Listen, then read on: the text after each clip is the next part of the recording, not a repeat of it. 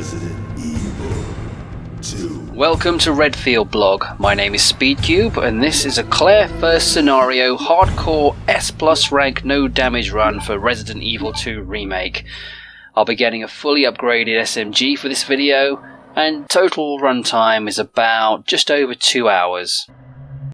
I am going to be providing a commentary throughout this video, but I'll do my best to keep quiet whenever there's a cutscene or dialogue going on.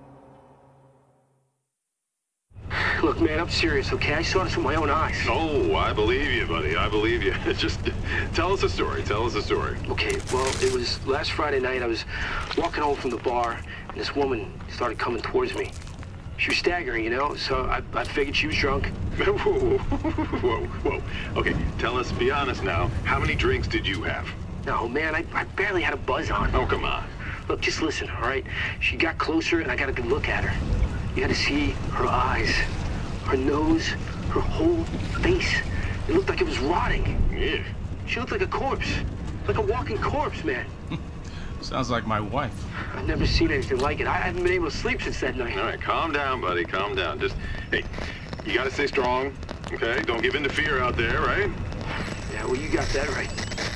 If you freeze up around these things, they'll sink their teeth in you. I saw him attack somebody. Oh, come on. It's just getting good.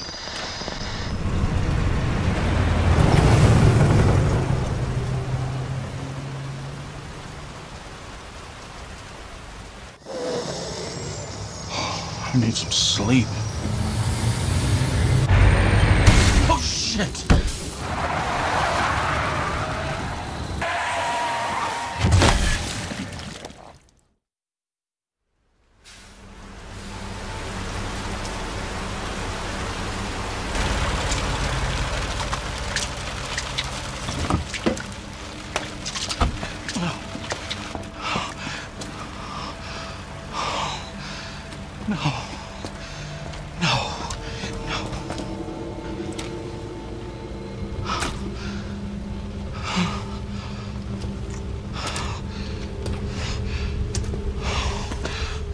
What do I do?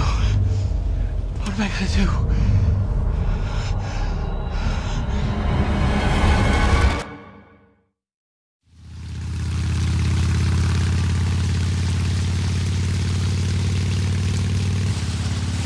Yeah, I'm almost there. You know me, I'll be fine. Sounds good. I'll be back as soon as I find Chris. I will, but I gotta go. Why does everyone think I'm gonna get in trouble?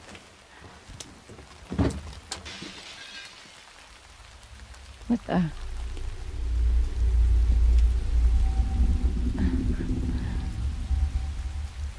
Hello?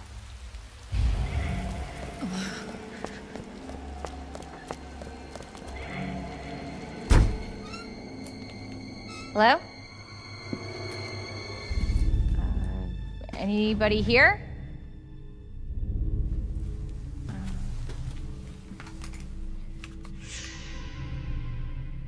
Hello?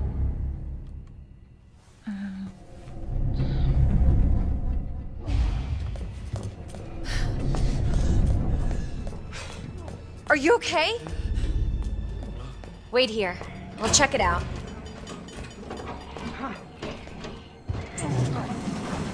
I said hold still! Excuse me, is everything okay? Stay back, ma'am. I got this.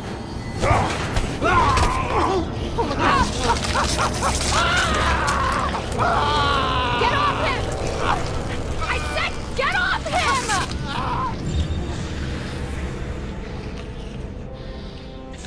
As soon as the Don't come cutscene any finishes, closer. just run past the zombie and go and grab the key. When you get the key, turn around but don't start running. If you start running too early, the zombie will divert and come straight down that aisle towards you. But if you leave it long enough, he'll just carry on running down to wherever he's going to go. And use the key to unlock the door and then head down the middle aisle within the petrol station. It's like a Turn around and nightmare. go back towards the front door. Oh.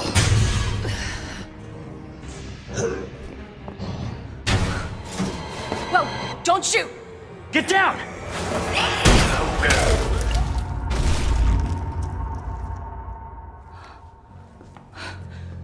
We gotta get out of here. You alright? Yeah, I think so. Thanks. You can thank me later, when we're safe. Holy shit.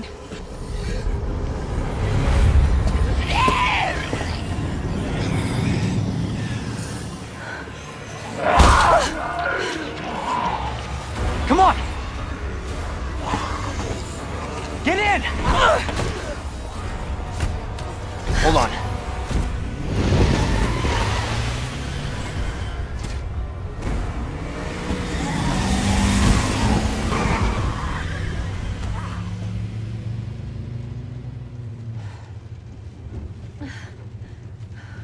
What the hell is going on? I don't know. Hopefully they'll have some answers at the police station. Wait, you're a cop? Yeah, Leon Kennedy. You are? Claire. Claire Redfield. You live around here? No. I'm looking for my brother. He's a cop too. Well, it's a good thing we found each other. I don't know what to expect anymore.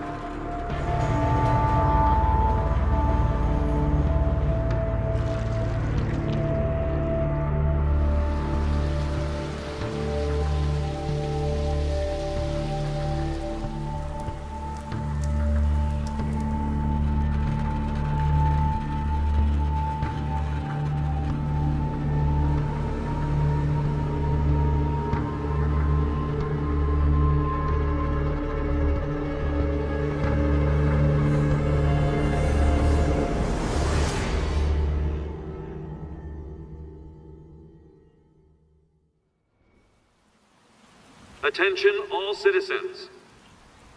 Due to the citywide outbreak, you are advised to take shelter at the Raccoon City Police Station. Free food and medical supplies will be provided to everyone in need. Oh my god, this is so unreal. Police station's not much farther. They'll know something. Yeah, but what if we're the only ones? What if there's no No, survivors? there's survivors. It's a big city. There has to be.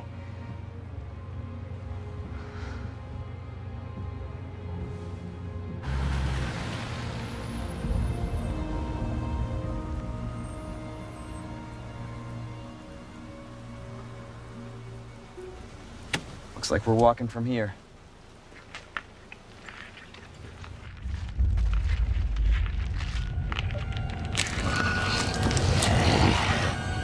More like running.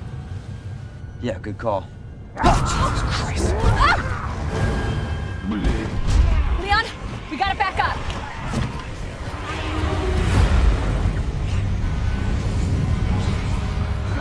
What the?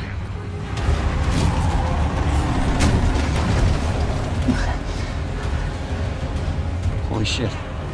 There, get out. Get out now! I can't! Hold on!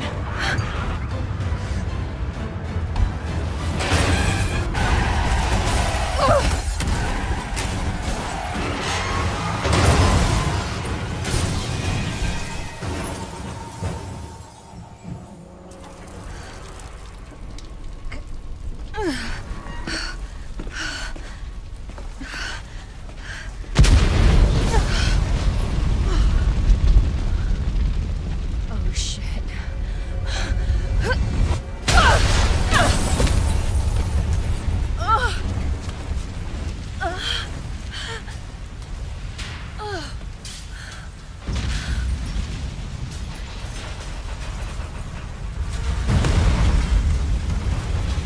Claire! Claire, are you okay? Yeah, I'm all right. How about you? I can't stay here. It's not safe. Oh shit.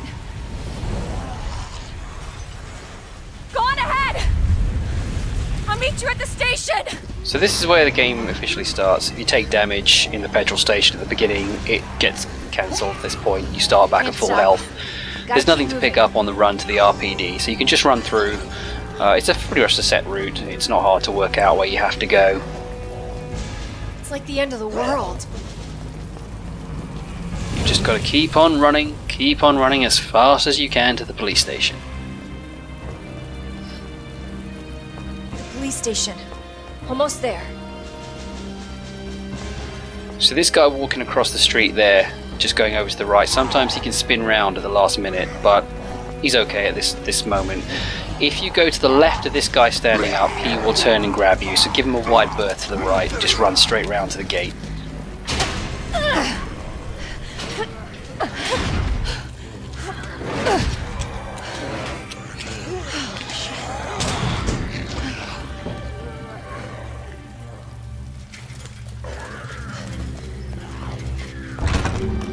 Just doing a bit of inventory management. Anybody here? This cutscene's entirely optional.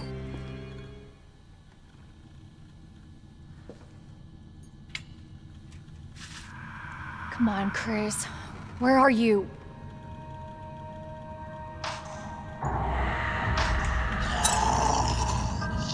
Oh shit. They're inside too. David! Marvin! You there? I found a way out! It's in here!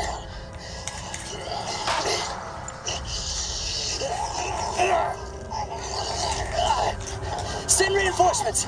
East hallway!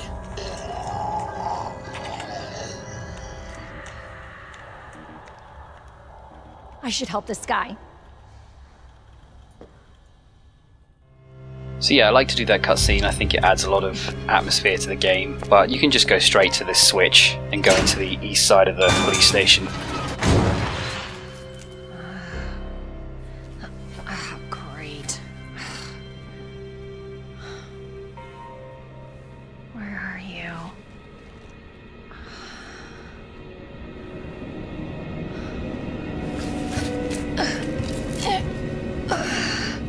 We are going to run past a storeroom just around this corner. It's boarded up at the moment, but later on 2 zombies are going to bust out. What we want to do is we want to try and get the wooden boards that are in there, because they will prove massively helpful when we go down the west corridor several times later in the game.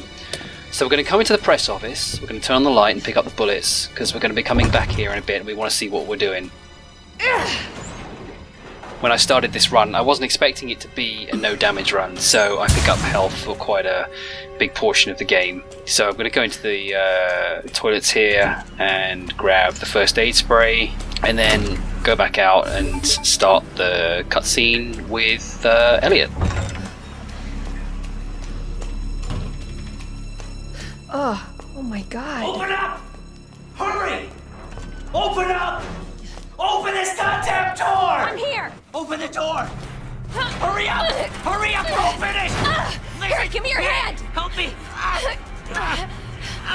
Hold on! Give me your other hand! It's okay, I got you!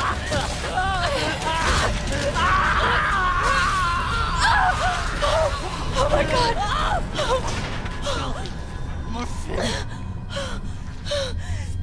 I'm so sorry.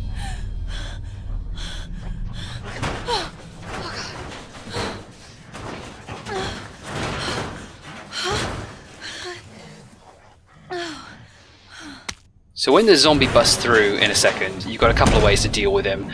You can run past him when he lunges in like that.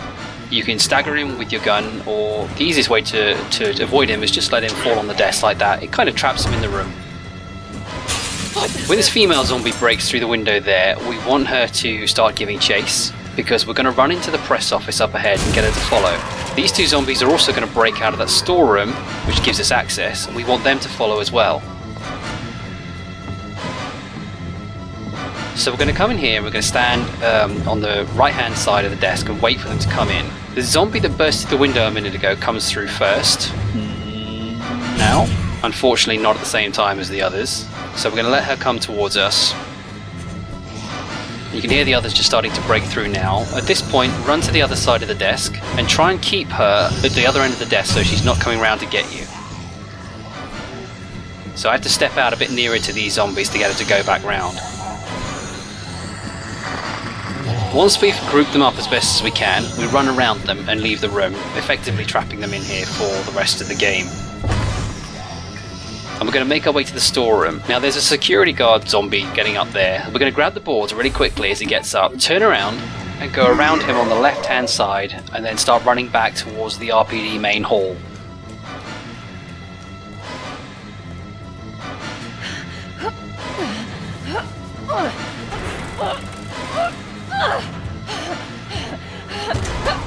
Get off! Get up! Help! Help!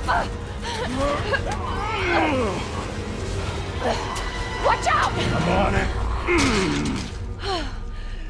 You all right? Yeah. You're safe. For now. Marvin Browner.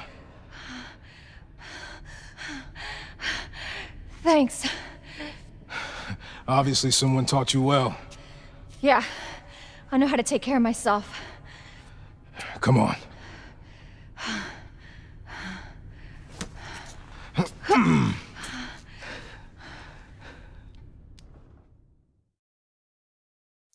So nobody knows what caused this? There's a lot of theories. But all I know for sure is that this place is crawling with zombies. Yeah, you're telling me. Hey, keep that on. Just in case. I'm not gonna be around long. Once I find Chris, we're out of here. You really Chris's sister? Yeah. Why? Did you find something? He's on vacation. Europe, I think. Left weeks ago. Vacation?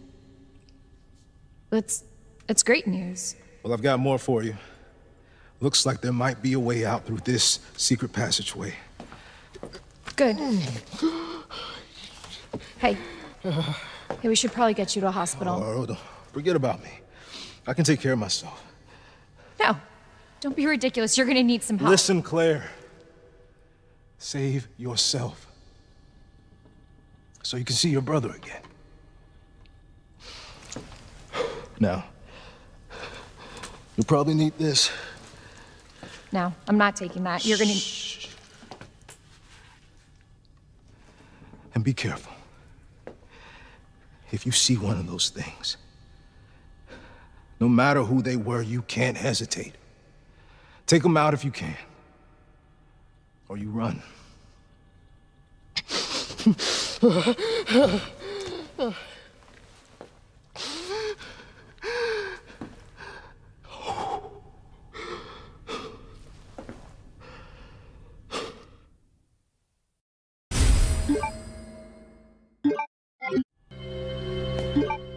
Once the cutscene's finished, we want to head towards the west side of the police station and cut the tape on the power box leading to the shutter.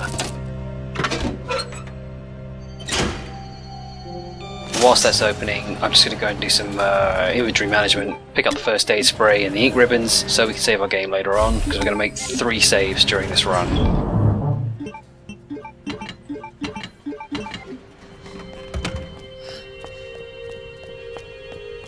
So head on through, pick up the bullets. This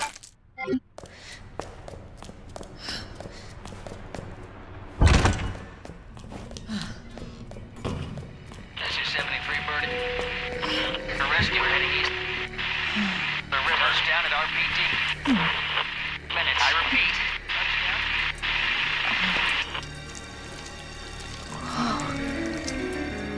Oh, God. Poor guy. Oh, God. What? Who's there? So along this corridor, there are 3 windows that zombies can break through. So up ahead we come to the first window where the zombie will try and break through. We're going to put those boards we got earlier at this window. This stops her from breaking through, and it also stops a zombie in a workman's uniform from busting through the second time we come round. Pick up those bullets there, make our way round, climb up the chest and through the broken window.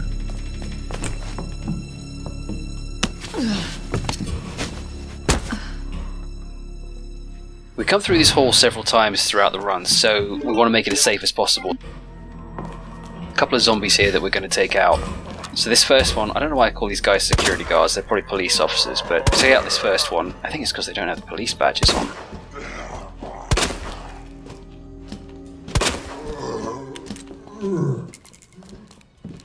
We want to completely take him out, not just stagger him.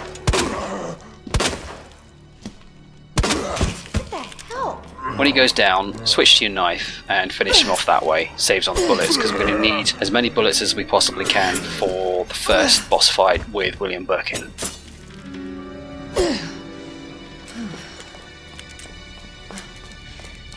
This next guy here doesn't get up until you enter the locker room later on, or in a minute. So we're going to take him out completely with a knife because he's on the floor. We'll try and cut his legs off, he won't get up at all.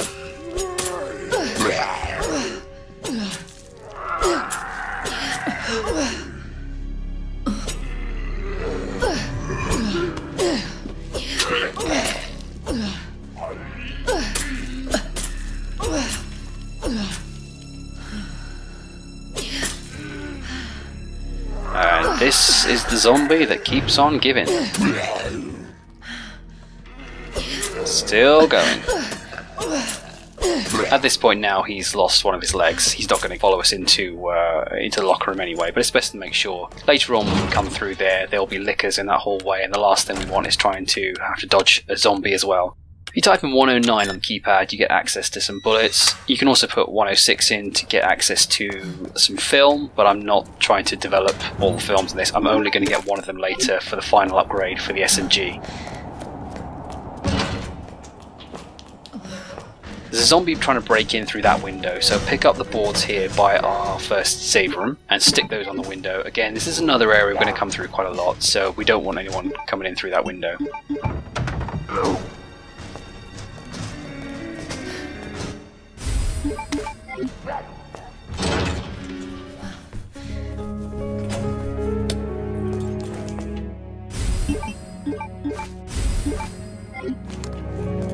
There's some gunpowder in here. I'm going to take some of the blue gunpowder to begin with in the early part of the game because I need to get some more bullets in order for the G1 fight, but I'm just going to put everything away apart from the handgun, the bullets and the knife, and we're going to make our way upstairs.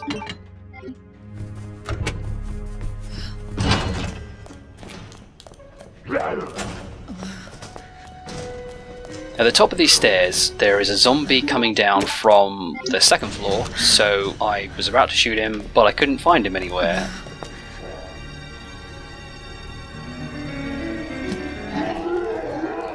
Not sure what happened here, but he'd already made his way down the stairs and he was hiding by the entrance to the locker room. I've never ever seen that happen before, but just meant we had to backtrack a little bit just to take him out. What the hell is up with you? I don't normally recommend fighting zombies on the stairs, but I didn't have much of a choice as he followed me straight down on this one. As soon as he's down, run past him and just finish him off. Bullet to the ass. What the fuck?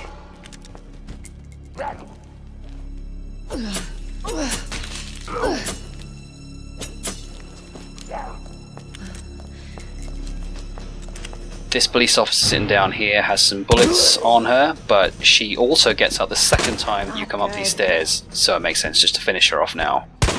She almost always walks straight forward to the stairs, so just prepare yourself for that one depending on where you're shooting her from. Oh no.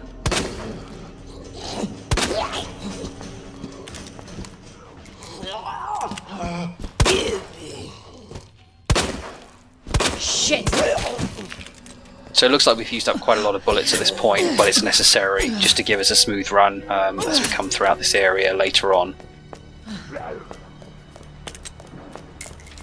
Once we've done that, go upstairs and there's some bullets at the top and a locker at the far end of the corridor which has the combination DCM, and you find out that combination from one of the films that you develop later on, and it's got some SMG bullets in there which we want to take because we're getting the SMG.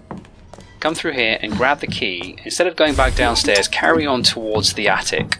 The reason for that is, just inside the attic, there is another pair of wooden boards, which we will be putting in the west corridor. We are going to completely block up every window in that west corridor. It's going to give us the smoothest run when we come back through with the bolt cutters and when we're trying to get the jack for the library cabinet.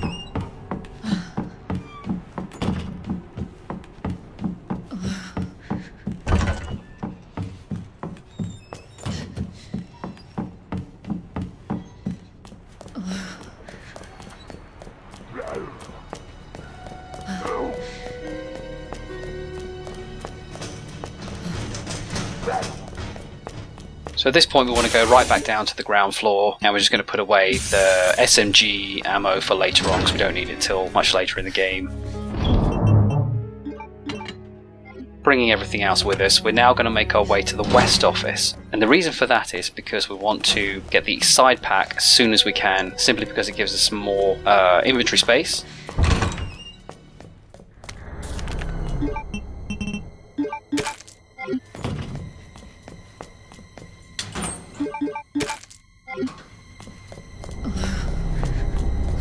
The combination is 9, 15, 7. And we find that out from a file in the STARS office behind Wesker's desk.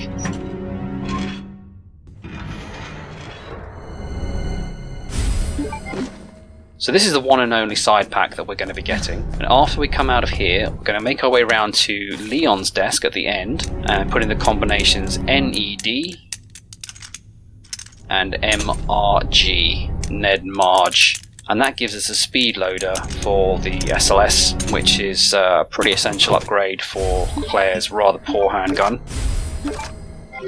And then when we try and run towards the door here, we'll wake up the zombie in the sergeant's office, but we need to come this way to use the key.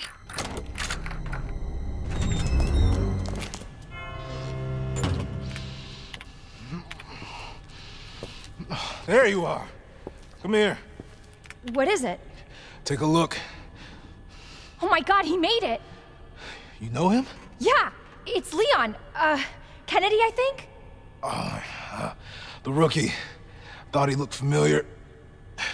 You can make it to that courtyard. The second floor, east side. Okay. Thanks, Marvin. I'm on it. So if you're wondering why I didn't come to the West office to begin with and get the side pack before going upstairs, it's because it would be a bit of backtracking and we need to use the key anyway, so I go upstairs first and then come back down into the hall to have the trigger the cutscene with Marvin. So at this point, before we go and meet Leon, we need to go and pick up the ammo and then use the key at the library, but don't go in. We're just going to use the key so that when we go into the waiting room we can get it out of our inventory, and then go and pick up the first medallion from the lion statue. It's lion, corn or leaf, and then bird for the first scenario.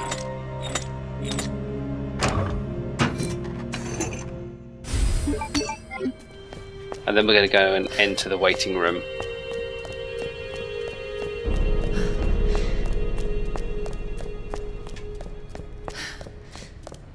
I don't bother getting the safe here. It will give you the high capacity magazine for the JMB handgun, but by the time we get the JMB handgun we stop using handgun bullets, so I don't really bother with it. But before we go and meet Leon, we're going to go and pick up the wooden boards over there by the wall, and then we're going to go into the art room and pick up the weapons locker key so that when we run past the locker later on we can grab the grenade launcher.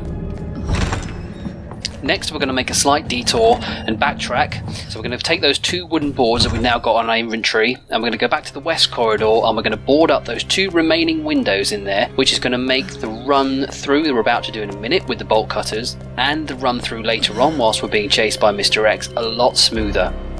So on the way back down, put the first medallion in and then we want to come back to the west corridor.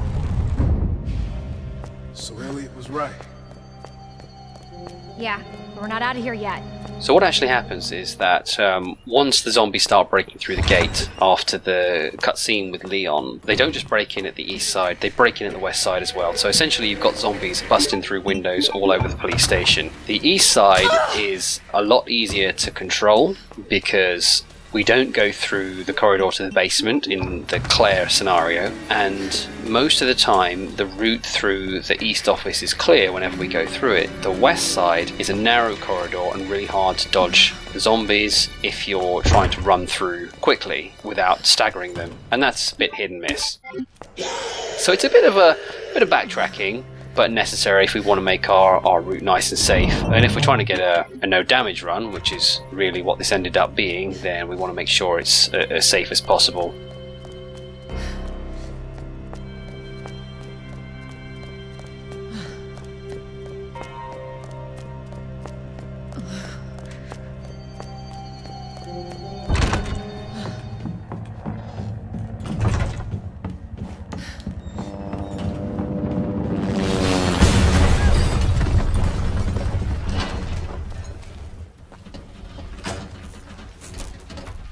Hey! Claire? Leon! I'll be right there!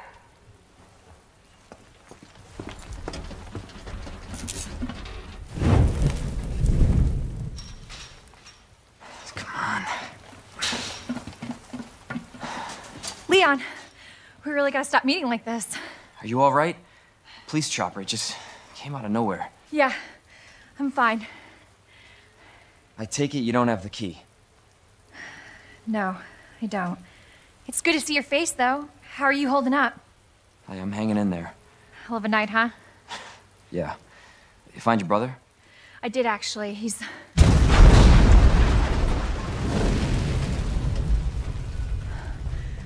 Just when you think it can't get any worse. Leon, you should get going. Don't worry about me. Just get yourself to safety. No, Leon, seriously, they're getting through the fence. Please, just go. We're gonna make it. Both of us.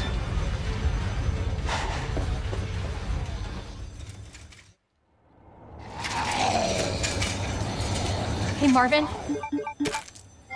This is bad. I've got zombie... He's everywhere. Marvin? Marvin, are you there? Marvin? God, you gotta be kidding me. We use the bolt cutters in here, and at this point you'd get grabbed by the zombie from the very beginning, but we've trapped him in the room. He's still in there now, so we're safe. So we'll use the bolt cutters straight away, and once we get through this door, we're not going to worry about picking up any items in here at all. We're going to head straight to the sergeant's office and pick up the valve handle on the table. We're not even going to bother with the ammunition on there, or with the gunpowder on there. Then we come out, we pick up the fuse, and go straight to this door and clear it so we can get through. If the zombie is in your way, just stagger him by shooting his leg a few times and run out. Don't take too long, otherwise other zombies in the area will start to either burst through the window or crowd you.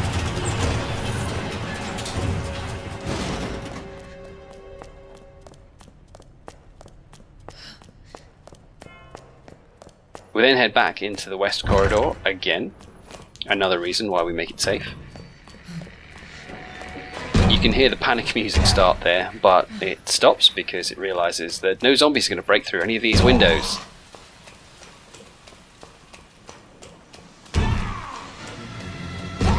Then the game gives up and it starts anyway. The track itself is called Screaming Target from the original soundtrack.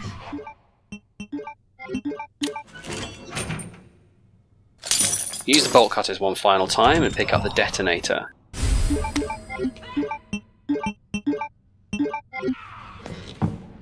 The whiteboard there has the password CAP for the locker upstairs we're about to pass.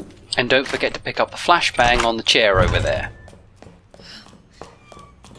Now that we've got the locker key, we can come in here and get the grenade launcher finally, and get our first flame rounds. So we can't create flame rounds, we can only create acid rounds, so we need to use these very carefully. One of the reasons why I'm trying to stock up on handgun ammunition for the first Birkin fight.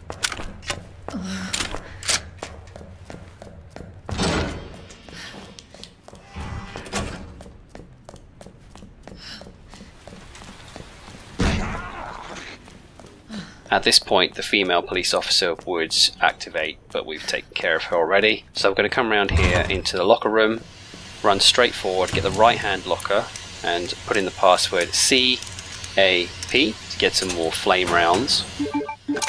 And then over to the right to pick up some more flame rounds here to build up our first stack of them. We then use the valve handle on the pipe, turn off the steam, so we can make our way through to the stars corridor.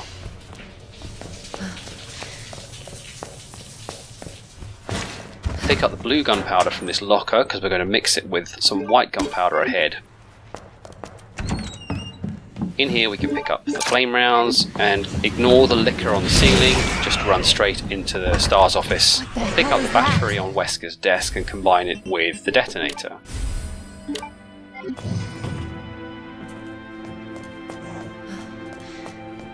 Pick up even more flame rounds, and we'll pick up the flashbang sitting on the box by Chris's desk. And over by the fax machine, we'll pick up some white gunpowder, mix it with the blue gunpowder to create our first acid rounds. But we're not going to use any acid rounds until much later in the game.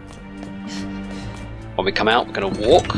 We could go back to the attic by going back to the stairs, but instead we're going to walk around to the library, being very careful not to touch the liquor. As long as we walk, he won't attack us.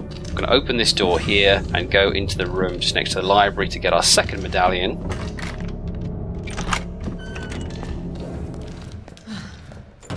And the combination for this is double fish, scorpion, and jar of water.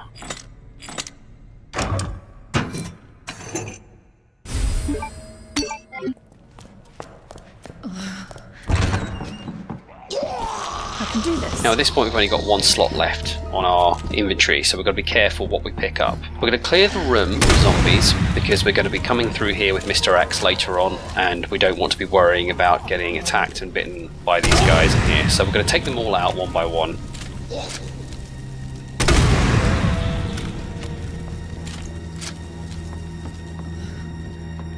Then we're going to run over to the bookcases and we're going to go to the left hand side and shift them all along one space to the right. We're then going to run over to the right hand bookcase and shift that over to the left by one. That way when we use the jack later on, we just have to move everything from the left one space. We're going to climb up the ladder.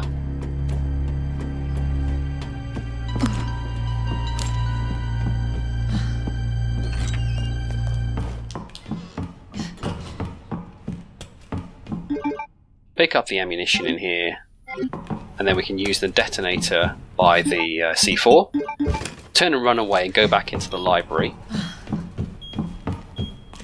Now we can use the trick to turn around here, push the door open again, and the door stops the bookcase from falling over. Don't worry about the sound of the liquor, it's not going to attack until we leave this room. So we'll get the final statue, which is Maiden Arrow Snake.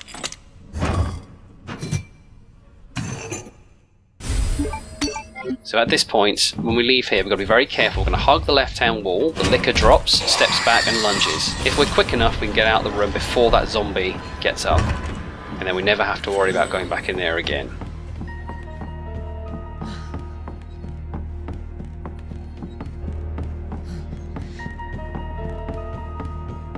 We're going to use the final inventory slot to pick up the red book on this corner just here. It's really important we get that because we're going to go and get the SMG, and that's the first item on our... That's the first item we need to start the quest chain to unlock that. And what I should have done here is gone back into the art room and used it on the statue to get the scepter. Instead, I came straight to the underground passageway, and I paid for that later by having to do a longer route through the RPD whilst being chased by Mr. X. But it doesn't matter too much. We're still within good time at this point.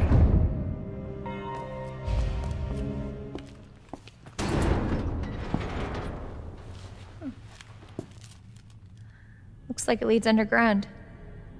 Good. We can get out of this hellhole. Hey, Marvin! Guess what? I think I found the way out! Marvin, come on. Let's get you out of here. Let's go. Are you okay?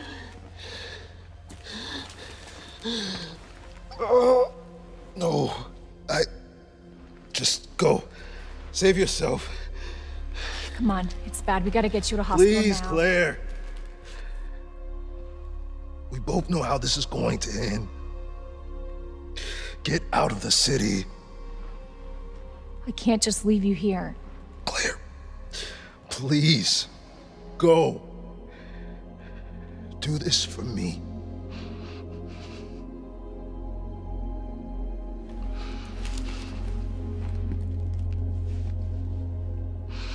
Okay.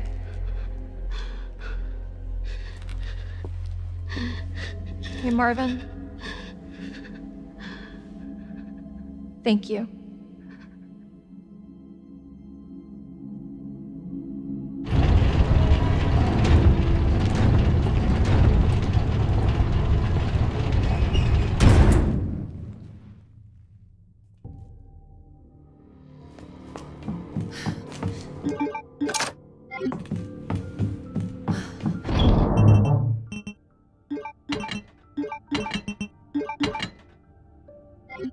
So now we're about to do the first Birkin fight, and normally I would carry on without saving, but because I'm a lot more comfortable with running the Leon scenarios than I am with Claire scenarios, I did decide to save it here. So you notice that I just loaded in again there. I filmed this over several days, so at each point that I saved, I took a break from the game. It's not one continuous run through. So I go back in to do a bit more inventory management. I don't even bother taking the grenade launcher, it's just a handgun and flashbang for an emergency, but it's important that we do bring the knife because we're going to use that at the start of the fight whilst Birkin is still mutating and therefore technically a sitting duck until he starts chasing us around the room. So at the bottom of the stairs, we want to take a left. Don't worry about going down to the bottom to pick up the grenade. Just take a left and follow it round till we get to the first boss fight. Hello? Hello?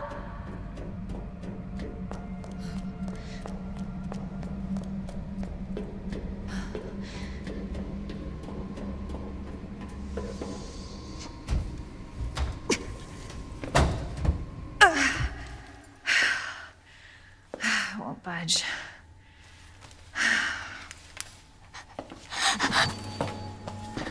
Oh. Hello? Hey. It's okay. I won't hurt you, I promise. Do you need help? Here, you can take my hand. You need help. I'm sorry, I can't understand you. You need help. Why? He's right behind you. What? Oh my god.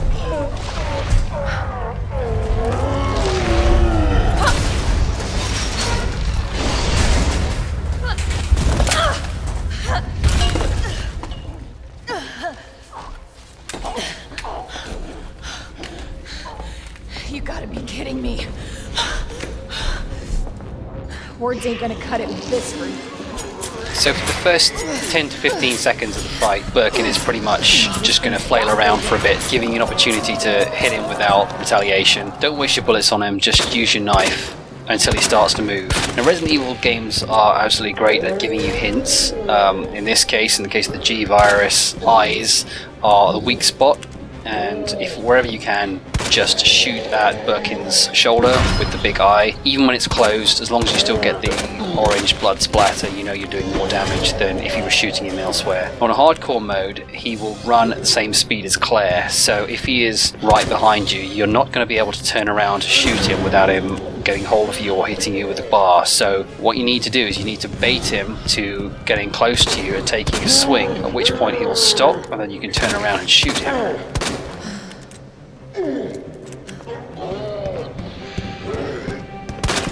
I try and go around in a sort of circular route with this fight around the arena, but what I found with this time, he decided to take lots of different paths, so he constantly changed direction back and forward, and he went into the ceiling at least 3 times.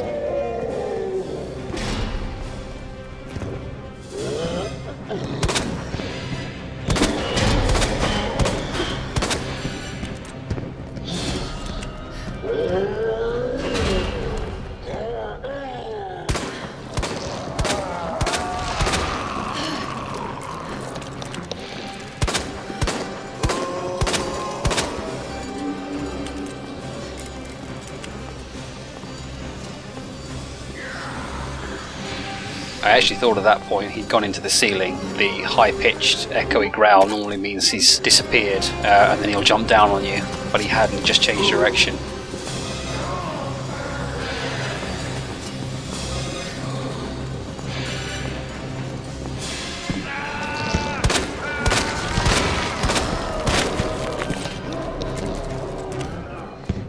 This is the point that I usually like to stand when I'm not sure where Birkin is. It gives me a field of view across the two different angles. Shit! Where is it? That's the high-pitched growl, which means he's in the ceiling. And whenever Claire says, "Where is it?" it means he's going to disappear and teleport to your location, drop down and grab you. You won't have to use a sub-weapon, but you do need to move away as soon as he's finished.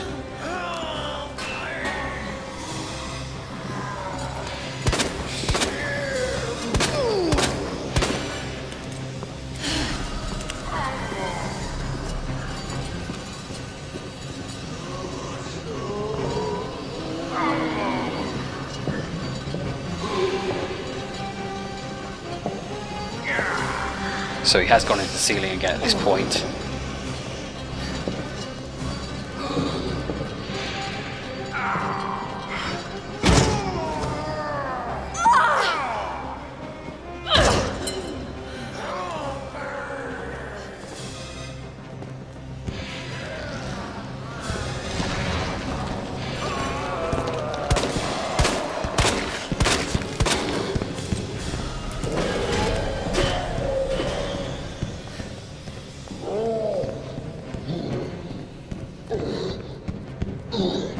So what I'm doing here by stopping every so often is I'm baiting him to get closer and closer, at which point he'll take a swing and hopefully give me an opportunity to shoot at him.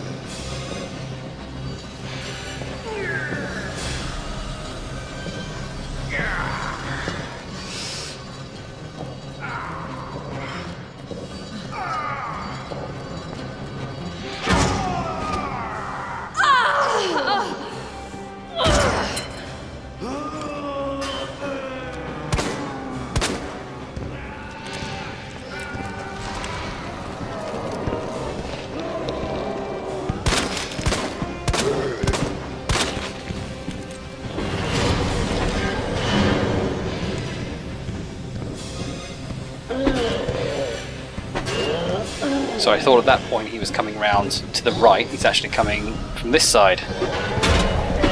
So I led him back this way and lost him again. And he changed direction to come around from that side. So I've not quite had an encounter like this before where he's changed direction so many times.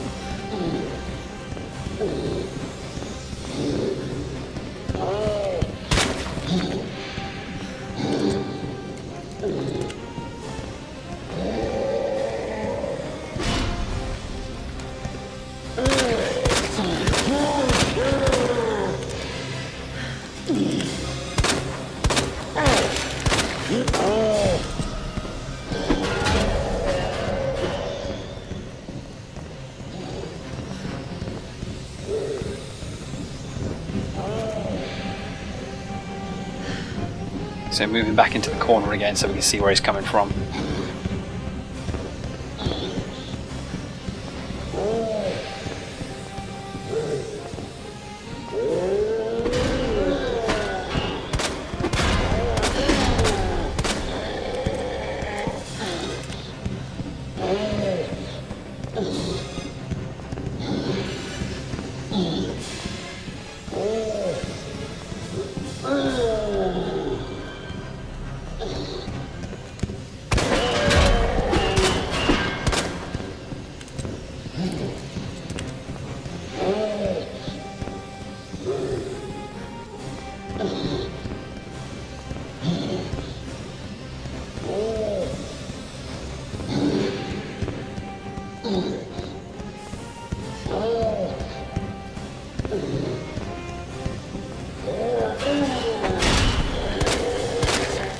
And that should be almost enough. because we're running low on ammunition. It's okay, around 50 to 60 bullets is enough for this fight.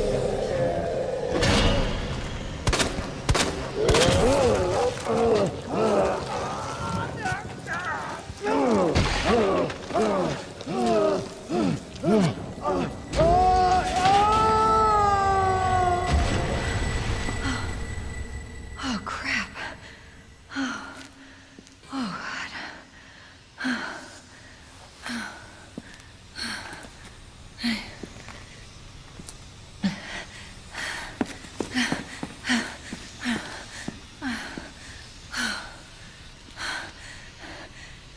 Hey, little girl. It's safe now. It's over.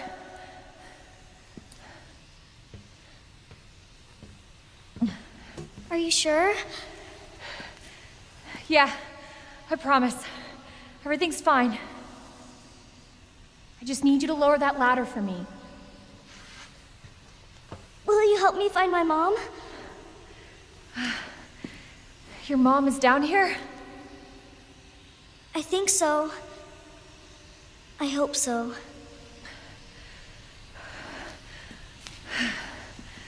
Yeah. Of course. I'll help you.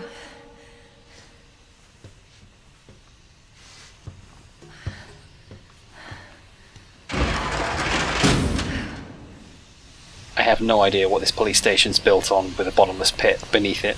Or maybe that's the sinkhole. The sinkhole that Ben refers to in Leon's scenario. So, before you go up the ladder, just run around and pick up any items that you still want to collect. If there's one thing that I do recommend that you do take, above all else, is the grenade. You're going to need those later on. Everything else depends on your playstyle. Bullets, if there's anything left. I don't tend to use the handgun after this point. I mostly stick to the grenade launcher and the SMG, but I do go back to the SLS later on when I upgrade it so it can fire the high-powered rounds.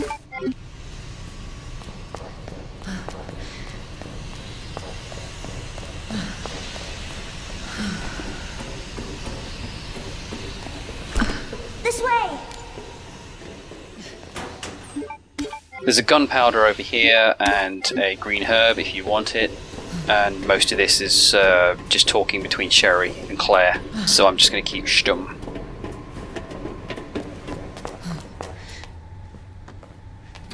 It won't move! You got it! So, what's your mom like? She works at Umbrella. She's making an important new medicine. Umbrella? That big pharmaceutical company? My mom's always at work. I don't get to see her much. Well, hopefully you'll get to see her again soon. So, where's your dad? He,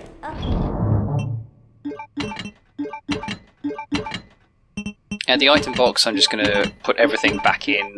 I'm going to take with me the grenade launcher, flame rounds, and I'm going to take the knife. Worked with my mom, but he's gone. Wow. Both of my parents are gone, and it's just me and my brother. Oh, I'm sorry.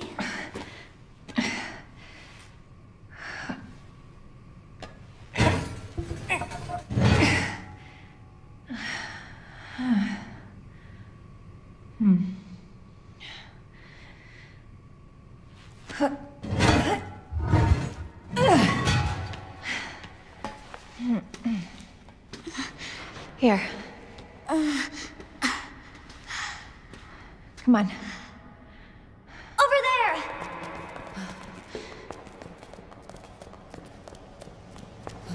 It's closed. Damn it. We need a key card. Hold on. Here, come out.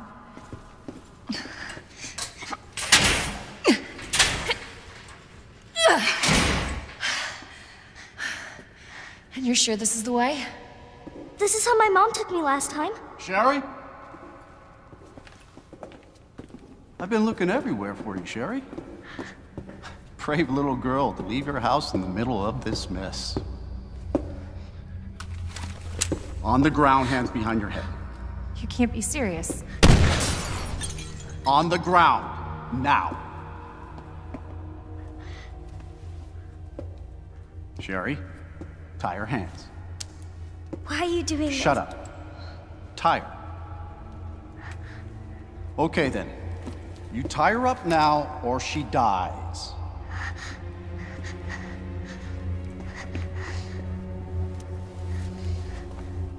What's this all about? Child endangerment, for starters. Sherry, come here. What are you gonna do to her? None of your fucking business. If you hurt her, I swear to God, my brother is stars and I will fuck. Sherry, get over here.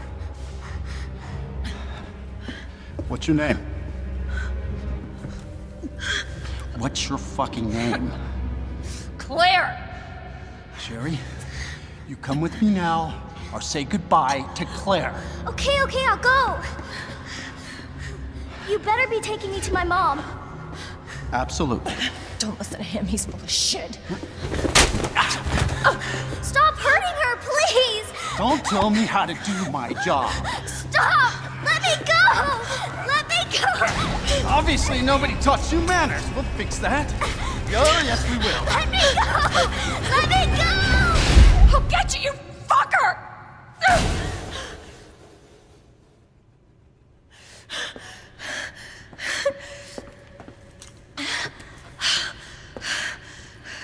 Stay safe, Sherry.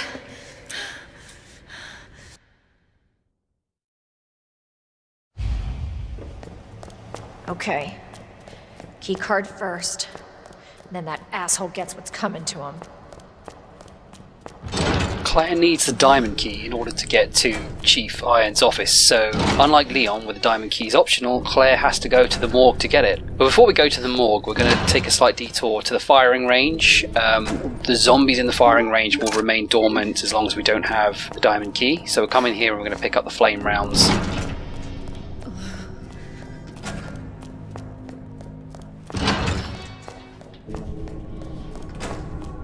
Now, like I said, Resident Evil's great at giving hints. So the liquor at the end of this hallway here, it's implying that you need to watch out because there are several more in the next few rooms.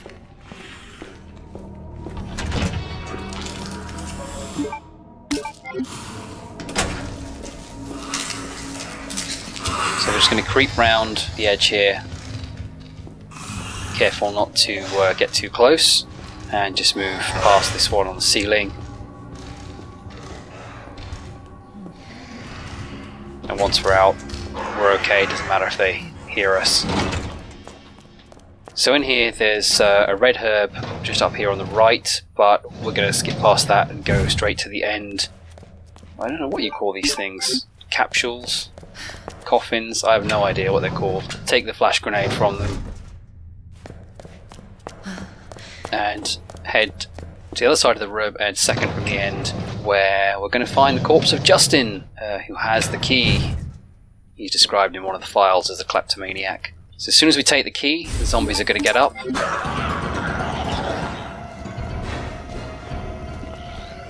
Leg it as fast as we can, but we're going to stop running because of the lickers. So we're going to walk up to this one and we're going to get its attention, but not near enough so that it actually attacks us. And we're going to leave the room. We'll then turn around straight away and the licker will change position so that it's climbing on the wall with its friend over there, allowing us to get past any other way, and we end up aggroing that first one.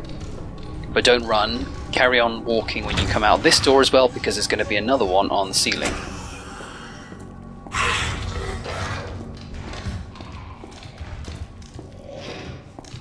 Then once we're at the corner, it's okay to run. The J&B handgun is in the boot of that police car. We're not going to pick it up. I don't use the handgun bullets past this point. Came from. So this is where we use a diamond key for the first time, and in here is the only upgrade for the rocket launcher, but we're not going to get it at this point. The RPD has more items and puzzles than any other area of the game, and given that we still need to get the SMG, we're not going to fill up our inventory with the extra grenade launcher slot, as it takes 2 slots when you have the stock.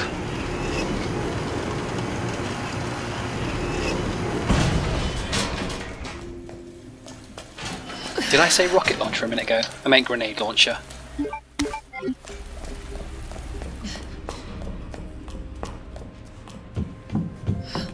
So we're going to come up to the Irons office, and the first thing we're going to do is a bit of inventory management. We're going to put away the diamond key because we won't be using it again.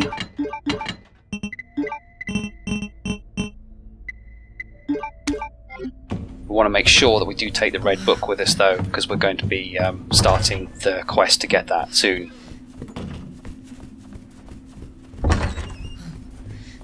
So we want to come into the back room here, and we want to pick up the picture at the back because that's where the heart key is. So we're going to take the heart key to get us out of the office and down into the interrogation room where we start the SMG quest. I don't know if you call them quests, you know what I mean.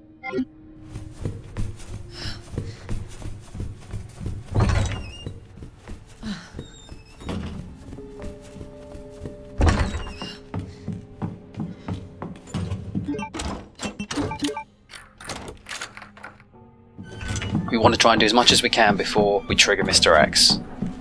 So we're going to go upstairs first, and we're going to pick up a board at the top of the stairs because we're going to use that on a window downstairs to prevent a zombie breaking through. Just like clockwork, that zombie will always burst through when you've gone further down the hallway.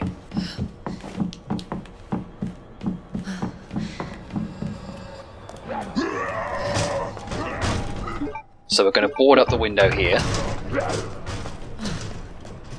and then round the corner in a cabinet there is a white gunpowder which we're going to hold on to for later, and then we're going to turn around and unlock the door to the interrogation room, and on the far side of the interrogation room is the blue box that we need to put the jewel into from the art room that we should have done earlier.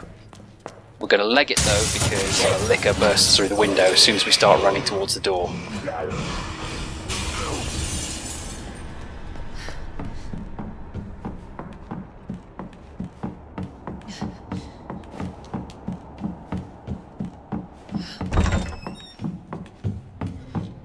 So back to the box there, just to put away the gunpowder. We're not going to take a sub-weapon with us because we're going to pick one up just in the locker up here.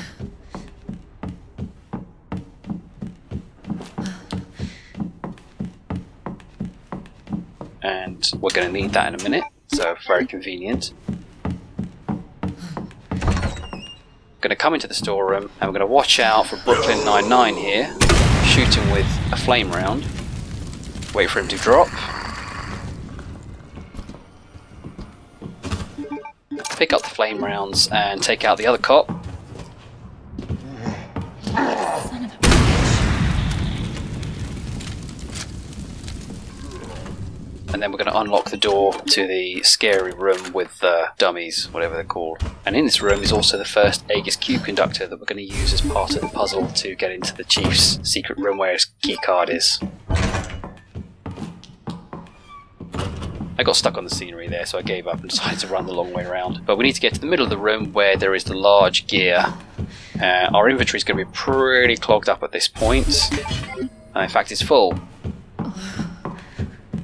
But we're going to lose the flashbang in a minute.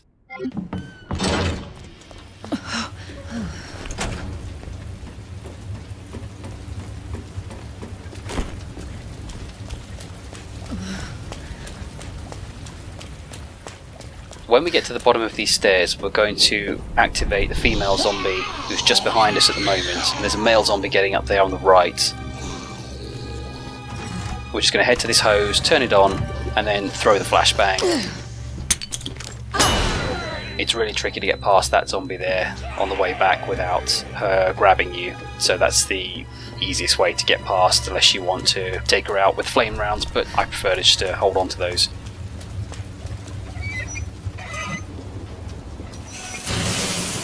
So now the only way we can get back through the station is by triggering Mr. X. So we're going to run back outside and wait for him to come to us. Jesus, stay back!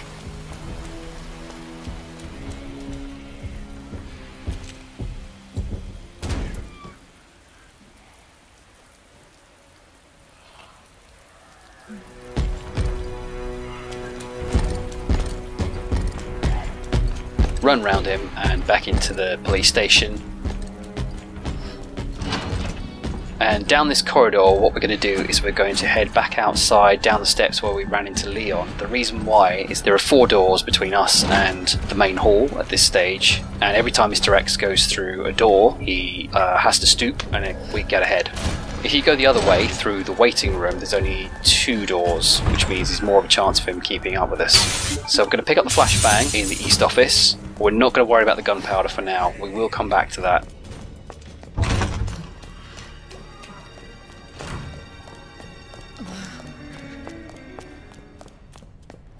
And then we're going to run back into the west corridor, but we need to be careful because there are now lickers in here. As soon as you hear the growl, run back out, slow down and go back in. Make sure that you don't hear a growl, so it took me a couple of attempts there. By doing that, the 2 lickers in the west corridor are now going to despawn, allowing us to travel through safely. You can go through the west office into the hallway by the locker room, but there are 2 lickers there, so this is the safest way because we boarded up all those windows. So we're just going to run down here all the way around to the records room where the heart key needs to be used.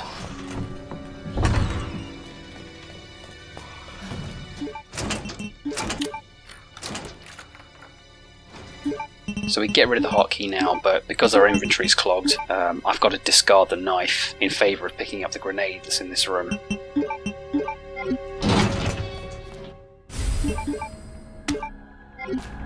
So now we've picked up the jack, Mr. X is on our tail again. And at this point he is coming down the west corridor, so I've got no choice but to go out into the hallway where the lickers are.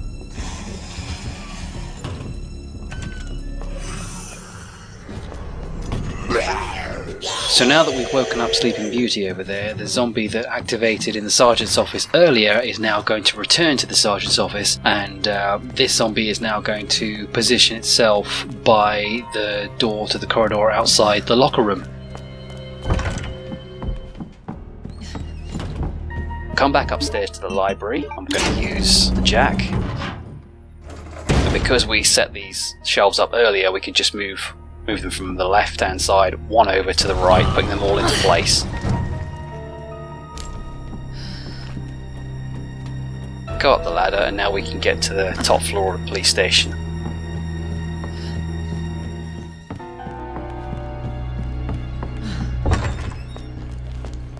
We can hear Mr. X downstairs somewhere, which is good, that's where we want him to be.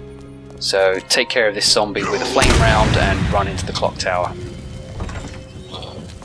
Use the big gear at the bottom here, and then don't forget to pick it up again.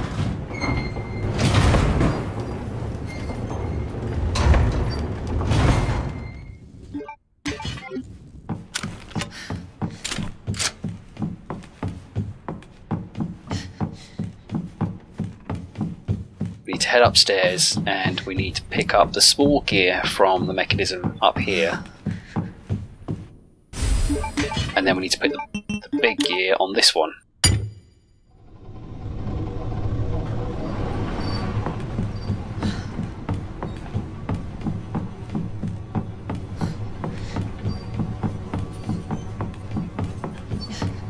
And put the small gear into this one, and the clock's working again.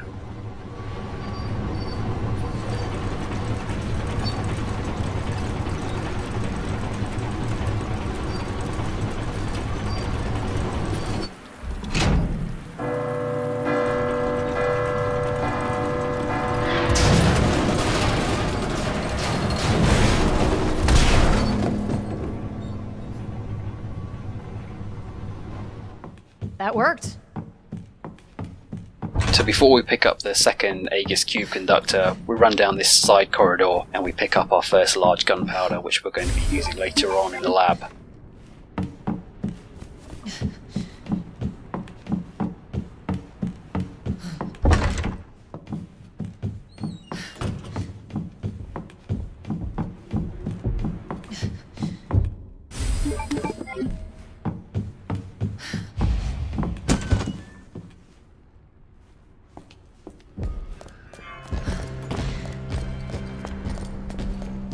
I'm going to check to see where Mr. X is. It sounds like he's somewhere in the library, so I'm just going to quickly check in here at this point. We're all good. Break through the floor and start to make our escape. But what I didn't realise, he was right there. So I had to detour back and lead him around the library. At this point I got stuck on the scenery. That was close because you can hear him taking a swipe at me there. But we still need to go to the art room and pick up the scepter so we can get the jewel. So we've got to be very careful because that's a dead end, that room.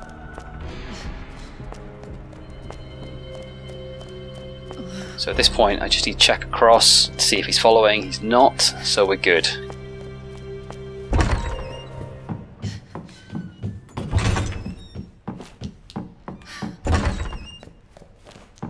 So run back into the art room.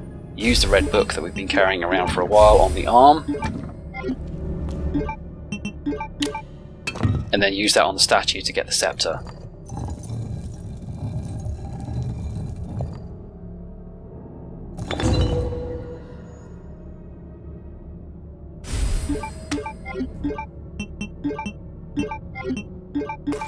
So now that we've got the scepter, we can examine it again to get the jewel. Then we can use that on the blue box and get access to the stars badge. So there's three main benefits to getting the SMG. First of all, because of the rate of fire, it's easy to stagger a zombie, make them fall over, take out their legs, whatever.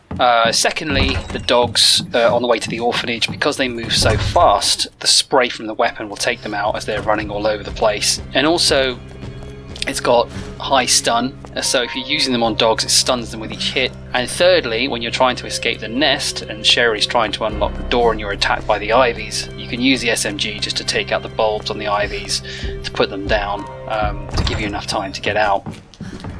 So Sleeping Beauty's standing by the door over there, which means the guy we woke up at the sergeant's office is behind us at this moment.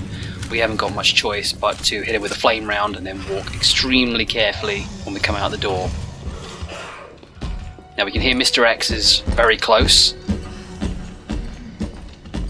and in fact he's actually coming down the stairs from the second floor right now, so we have to take a quick detour into the save room. Put away the cube conductors for now, we don't need them, and the gunpowder and the grenade.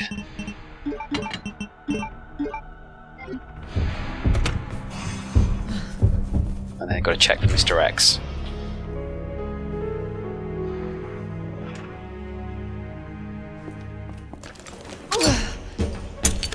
So I'm not taking any chances here using the flash grenade.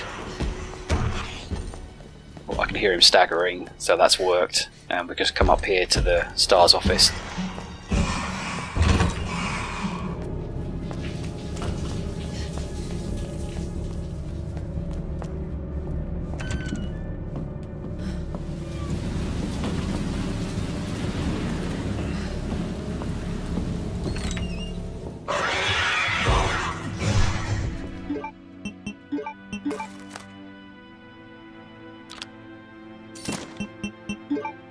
So here I was being a bit special, so I plug it into the computer, and then I picked it up again by mistake.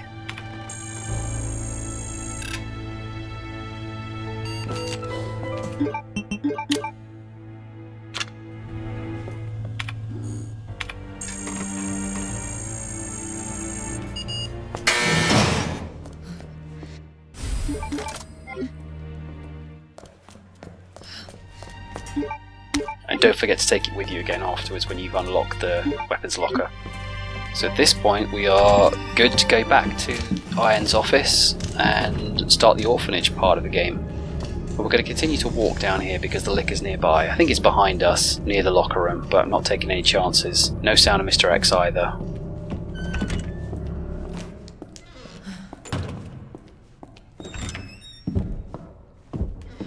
No, I can hear him now, but he's not close.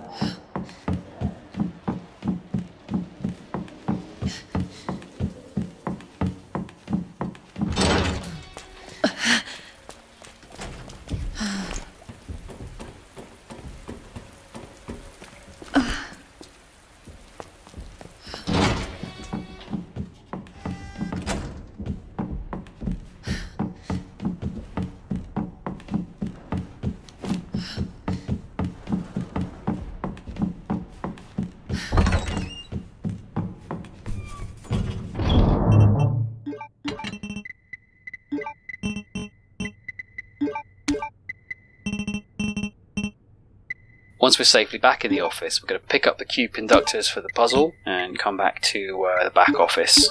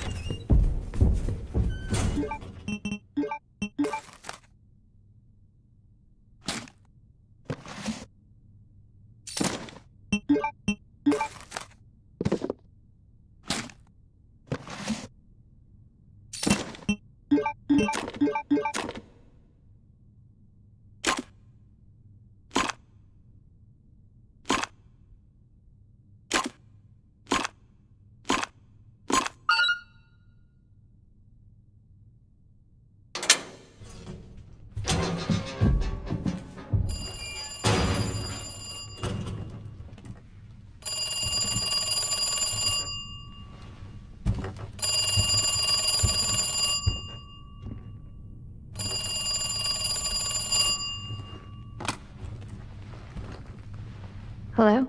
Good to see you again, Claire. We've got unfinished business.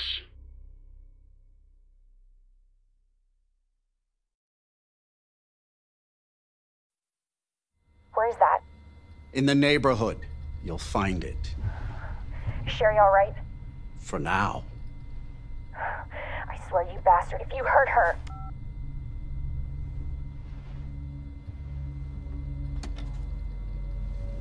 Stupid kid. If you just hadn't dropped that fucking thing, I could let you go.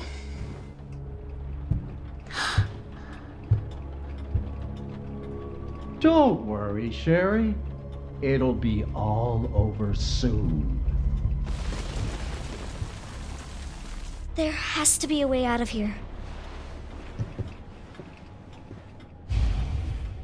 So for Sherry's segment, if you can get out of her first room within 60 seconds, you get the Young Escapee achievement. I've got the achievement, but I've never really learnt the sort of trick or pattern to this puzzle. I just worked my way through it, just lining up the symbols on blocks. And doing this gives you the scissors, which you need to cut through the cardboard to get out of the room. I have no idea why Sherry can't just pull it off the wall anyway, but hey, what's a Resident Evil game without a good puzzle?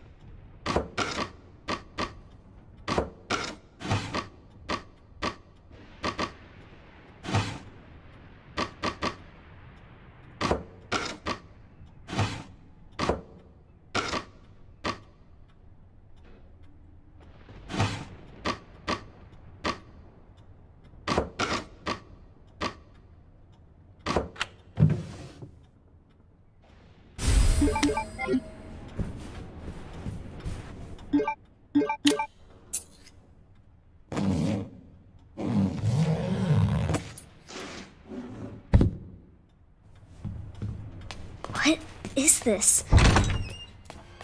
It's a pretty linear run, so just come around the corner, pull out the drawer, and climb up and go through the window.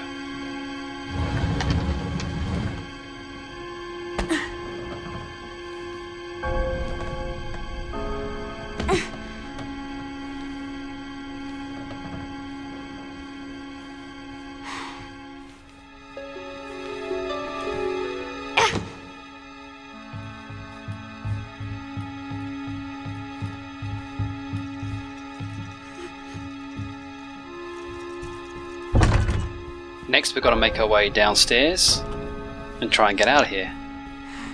That must be the door out of here.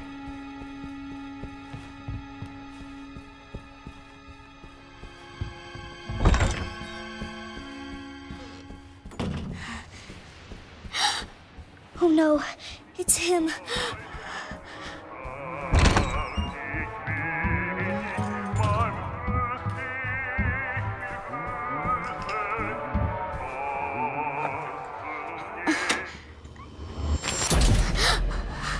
Where you going, Sherry?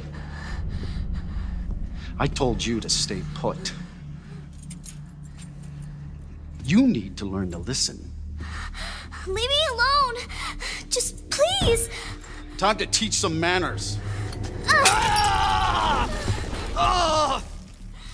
You little bitch! You're gonna pay for this! You little shit! You hear?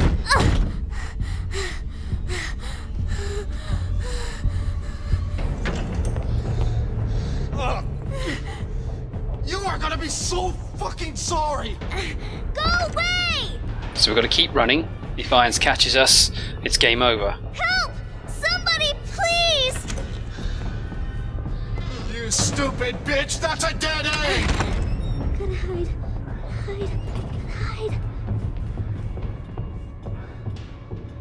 So we're going to hide just behind this cabinet here and wait for him to come in.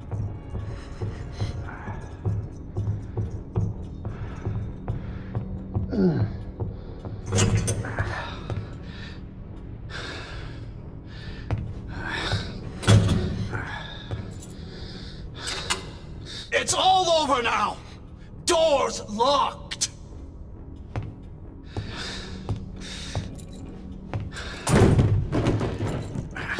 Where are you? Show yourself! I know you're in here! The longer it takes me to find you, the worse it's gonna be! So Irons takes the same pattern through every time. He'll always go around to the right in front of Sherry here, and you've just got to keep the cabinets between you and him.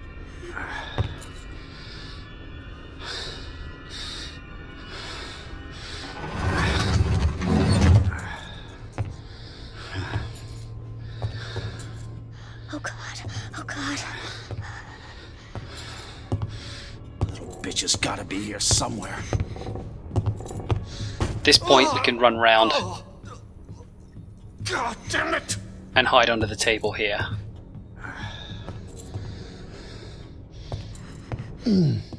Now we just wait.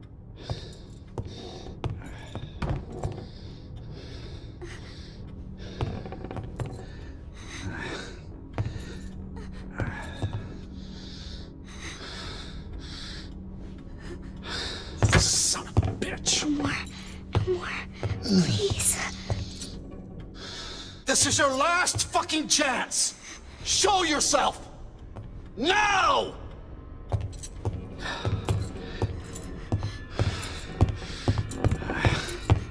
Oh, fuck! It burns!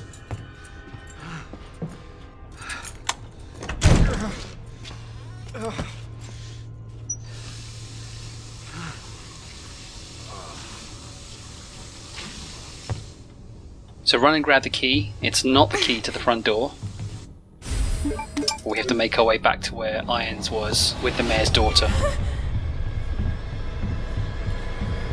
the fuck is my key? I see you.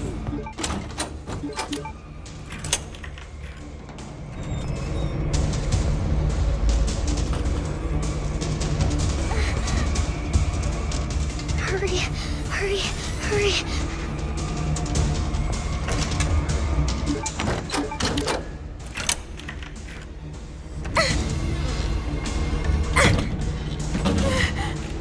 Here's Brian. I'm coming in, Sherry! Get over here, you little bitch!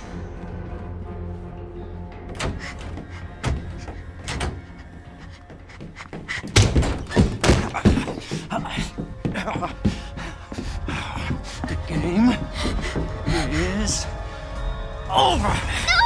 No! Now you're in trouble! Let me go!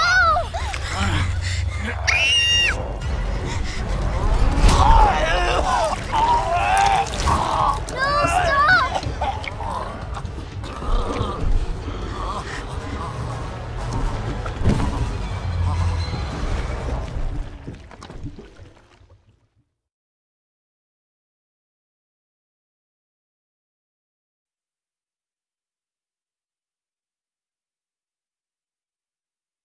Good to see you again, Claire.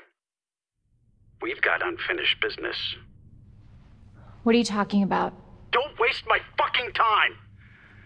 Bring me the pendant, or Sherry dies. The pendant? What do you need it for?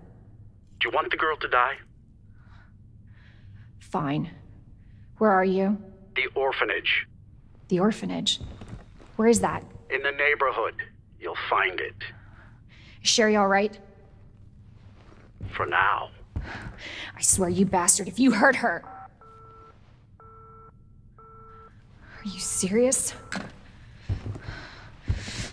Damn it! Just you wait, asshole!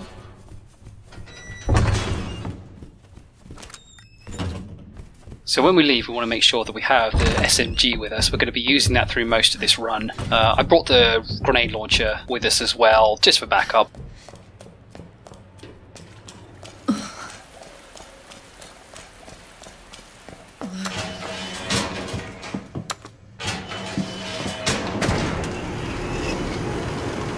We're going to remember to pick up the stock for the grenade launcher as well. I'm not sure if it's necessary and how much benefit it actually brings at this point in the game. With Leon's extended barrel and the stock, we can get some pretty good headshots from some distance, but with Claire's grenade launcher and the way that I use it, I'm not sure how much additional benefit it brings. So we're going to use the card key, and we've got to be prepared for Mr. X to come one final time. You again? Just run him around the car park until the doors open, and then we can head off into the streets.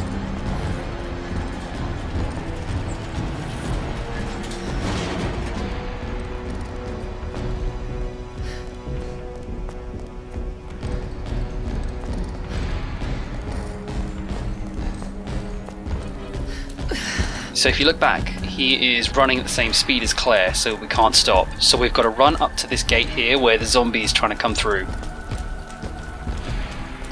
And when you hear the click there, that means they're going to burst out. So they run around this armoured car. And what we want is the zombies to be far enough into the street so that we can go behind them. But in this instance, this one decided to come back and get me, and that was far too close. Mr. X took a lunge and missed. But that's why I like the SMG. The rate of fire just easily causes Looks like the only way zombies to stagger.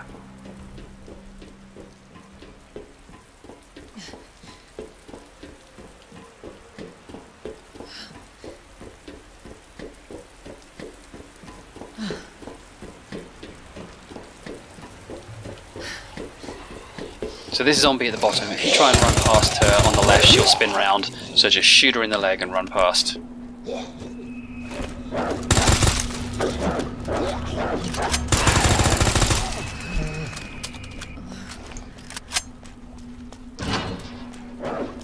This dog will either jump onto the car or run round to the left, so just be prepared for either.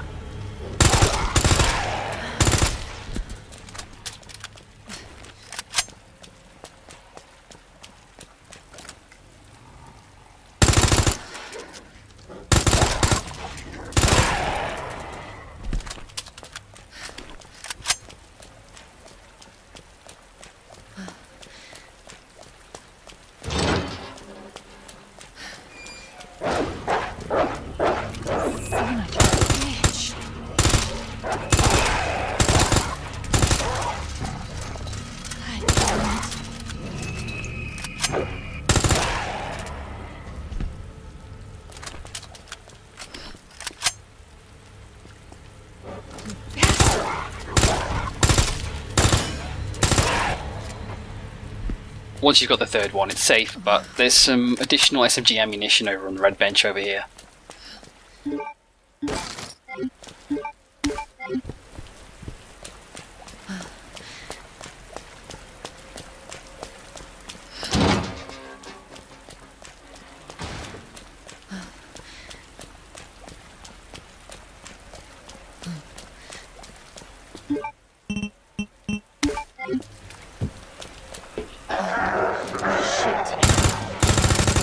Bring this guy down, pick up the grenade, make sure that he doesn't grab you, so take him out fully if you have to.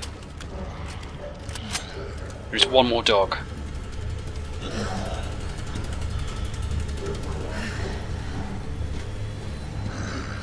Seriously?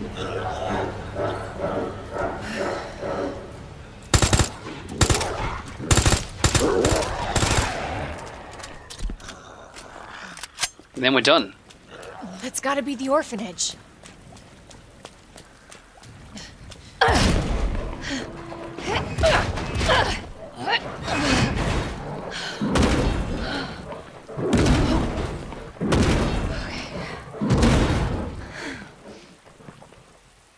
Hang on, Sherry.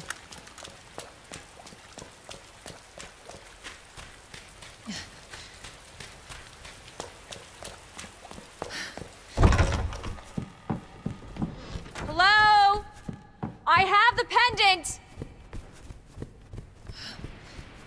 Sherry? Sherry, are you here? If I've got the SMG, I always go upstairs here to get the additional ammunition, but you don't have to. There's also a first aid spray.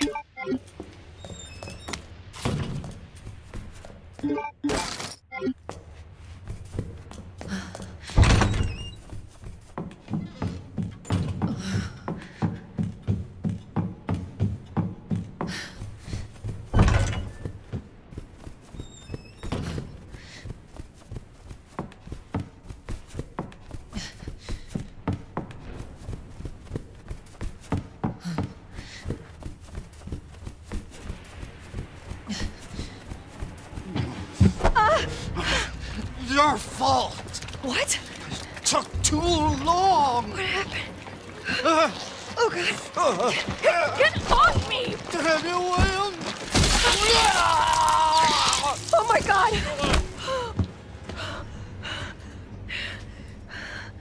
Jesus Christ!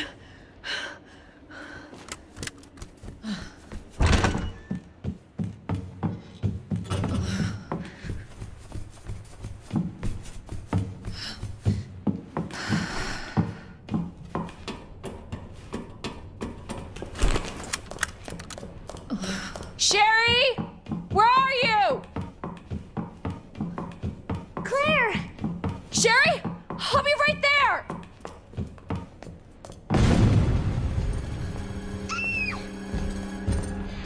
Go, go, go! Mr. X again. Gotta keep running. Claire! It's behind you! Don't stop! Hurry! Keep going. Sherry, come on.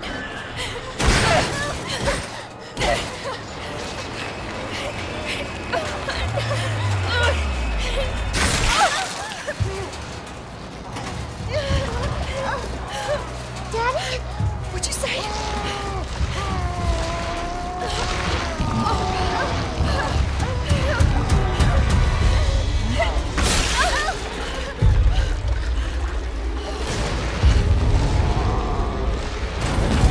Daddy, no!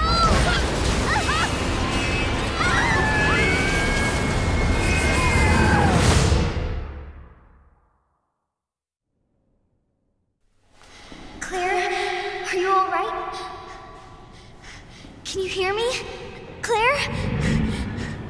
Claire, you have to get up. He's going to get us. Wake up! Wake up!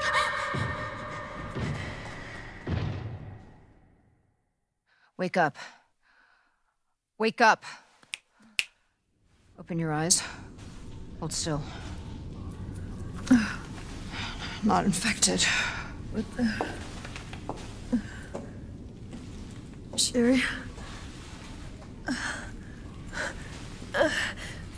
Where's Sherry? Sherry. Sherry's fine. Do you know Sherry? It's an impressive display of strength. What happened to her? We have to assess the situation. Who are you? I'm Claire. I didn't foresee this. Excuse me. Where is she? Hello? What? Where's she? Annette. Tell me, what happened to William? I don't know. Who's that? The creature responsible for this. What? Can you help me find Sherry? Seems to be evolving much faster than expected. Where are you going? Look, I don't have time to play 20 questions. Everything's under control. I need to find Sherry. My daughter is not your concern.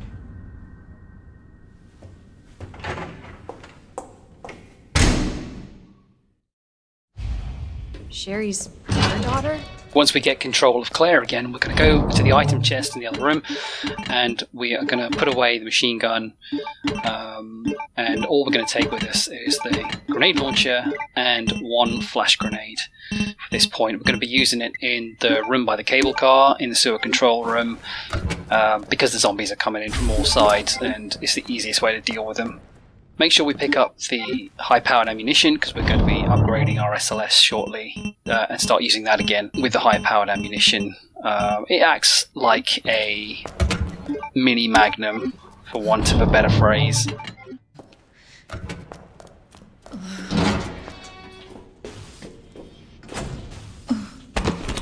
Sherry? Can you hear me?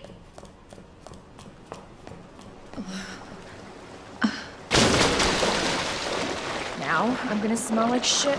Literally. So fortunately Claire doesn't have to deal with any G mutants for now, so we've got a pretty clean run through the sewers at this point, up until we get to the control room. Pick up the white gunpowder on the left here, then take a right.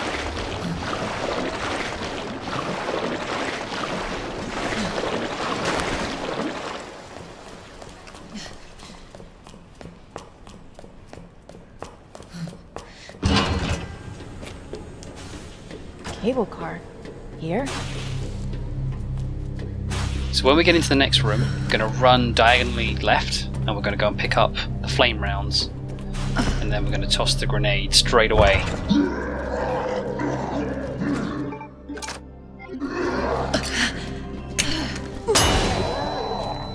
We're going to run to the locker, and the combination is SZF. And we find that out from the jazz flyer in the treatment room.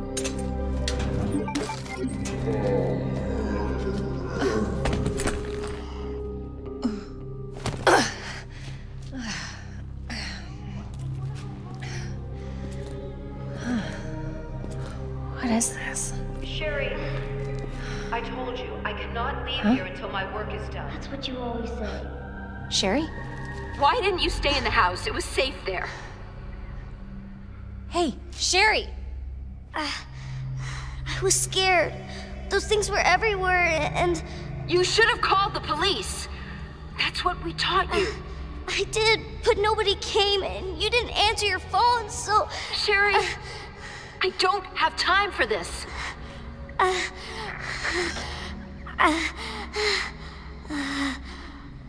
Oh no. Sherry! Sherry, I'm coming! Hold on, Sherry. I'll be right there. So our next objective is to make our way back to the RPD, because we're going to upgrade the SMG. So we're going to put everything away apart from the grenade launcher and the flame rounds, and we're not going to take a sub-weapon because we're going to be picking up a grenade in a minute anyway.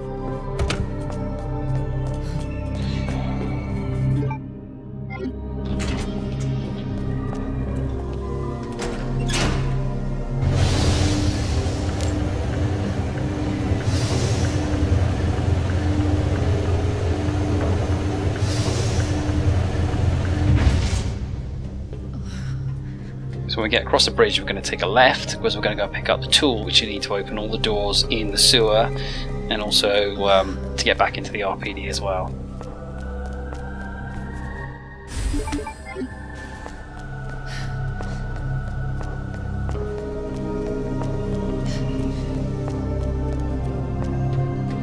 And then before we go through the door, we're going to go to the safe, and we're going to get the SLS upgrade.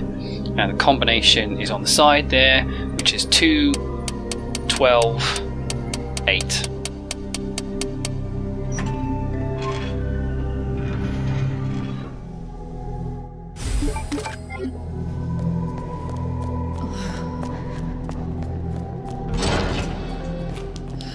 At the bottom of the stairs is going to be 2 zombies. We're just going to line them up and set them on fire.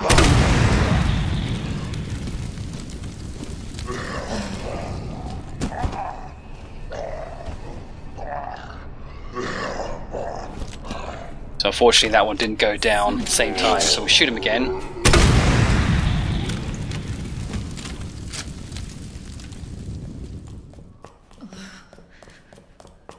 And then there's one at the bottom lying face down. We're going to take him out because when we come back up from getting the key for the treatment room, he's going to be back on his feet and he will grab us as we run back through that door.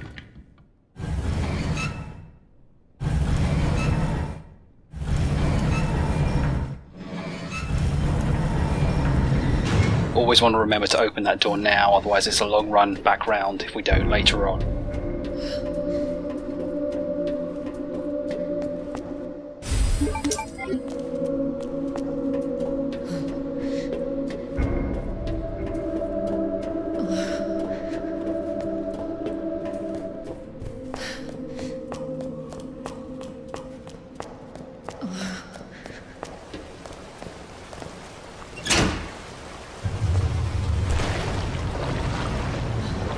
We're going to drop down into the water and we're going to come back and pick up this grenade that someone's conveniently left for us here. And once we're through this door, we're going to hug the left hand wall because one of the G mutants is going to crawl out the sewer there.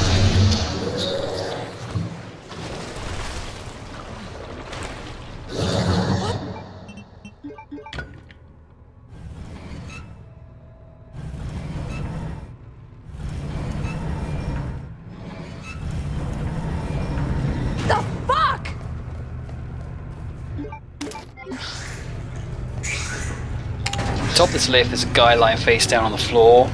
He will activate when we open the door for this room, so we're going to take him out now because we don't want to be closed in. There's going to be a whole group of zombies outside this door.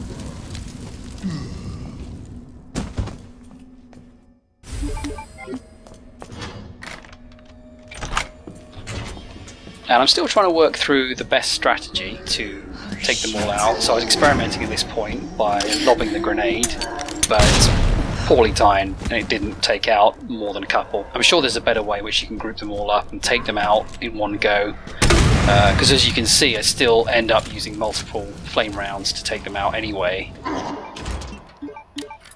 Oh, and don't forget to take the film from that room we just came from. We need that in order to find the hiding place where the upgrade, one of the upgrades for the SMG is.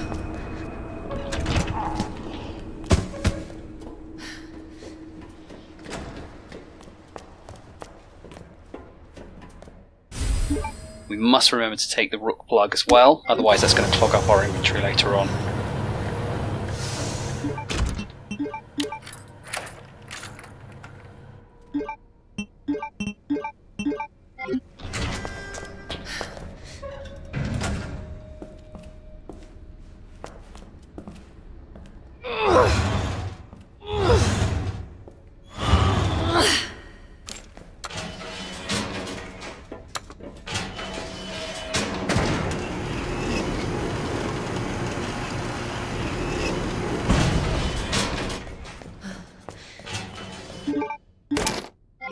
Pick up some more high-powered rounds, and we're now back in the RPD.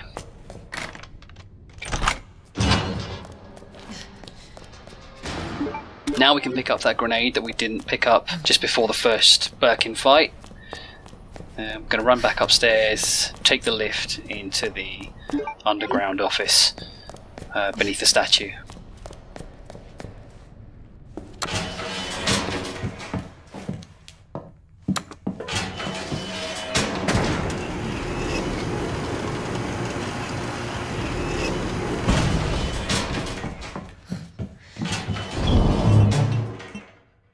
Once we get back into the underground office, we're going to put everything away except the grenade launcher and the SLS parts.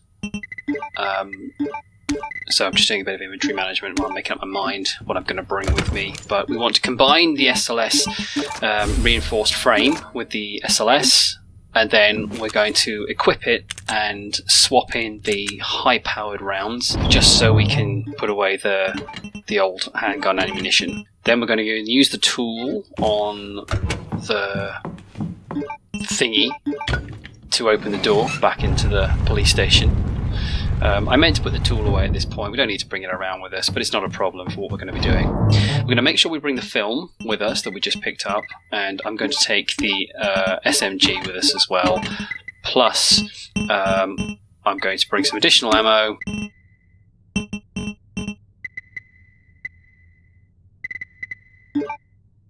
and 1 hand grenade just in case.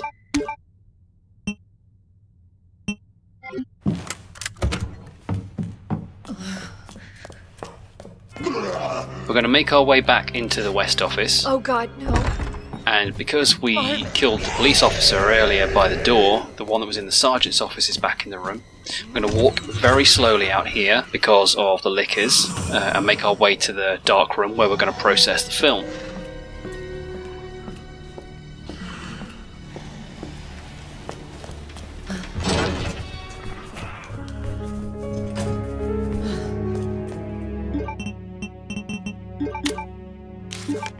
By doing this, it now gives us access to 2 additional interactable items, one being in the STARS office at Wesker's desk, where we can now get the high capacity magazine for the SMG, and the other one in the press office for additional needle rounds for the spark shot, but we're not going to bother with that.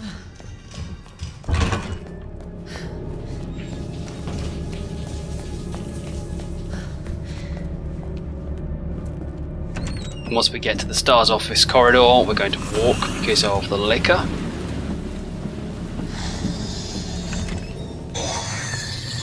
And then we're going to come around to the drawer and take the box which contains the mag. If you want to, you can examine it again and get a final film which has got just a little Easter egg in it. We're not going to bother.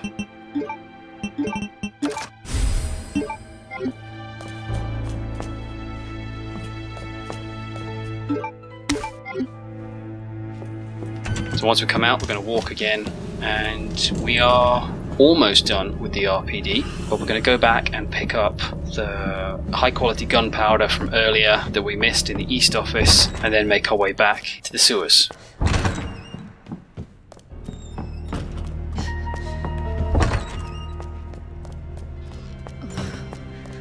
Marvin is most of the time at the bottom of those stairs, so we're going to just run around on the other side.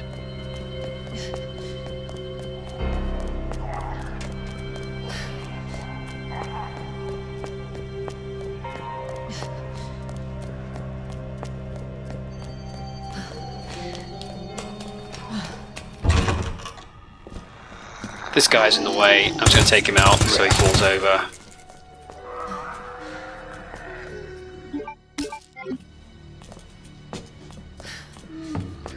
There's also some blue gunpowder around this side, which I don't normally get, but I thought, seeing as I was here, I might as well pick it up, just so I can combine it with the white gunpowder and create some more acid rounds, if needs be, later on.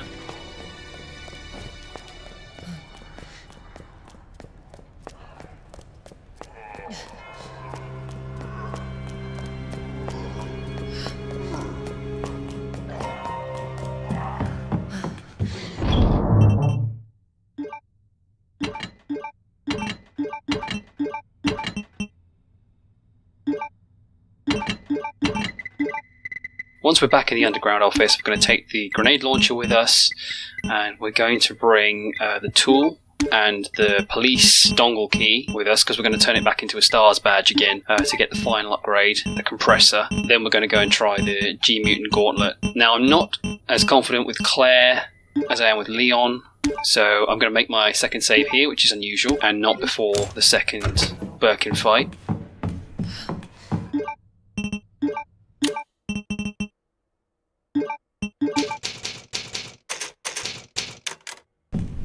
So I loaded in again there because I played this part of the game on a different day to the last one. So whenever I save, I just reload in again.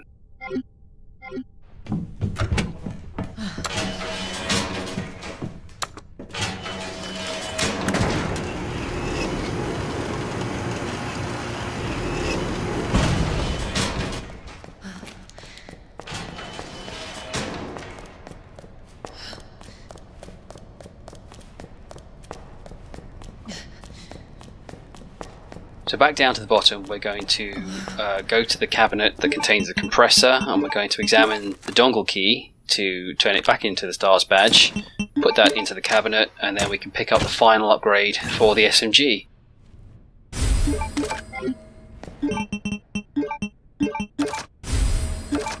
So this, as far as I know, it just simply stops the recoil and basically keeps your aim more steady.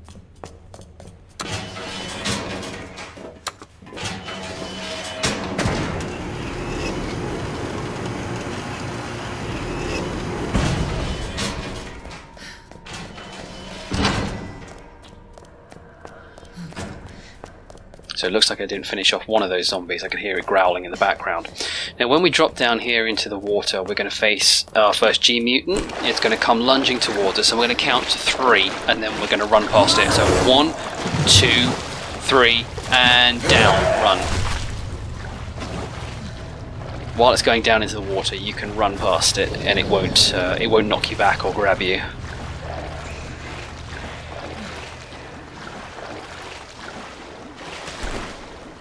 So once we've used the tool here, we've used it everywhere that we need to, and we can get rid of it from our inventory.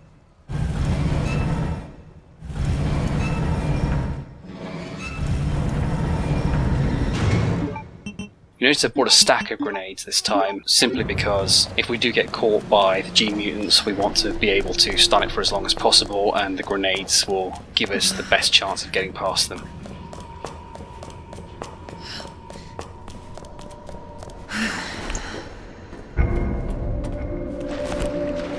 Okay, this place is creepy. Oh, Jesus. They're everywhere.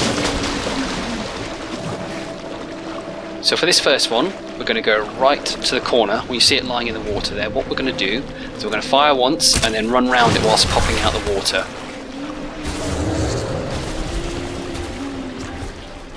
For this one, we've got no chance of getting past it. We're going to let it grab us. We're going to stuff a grenade in its mouth.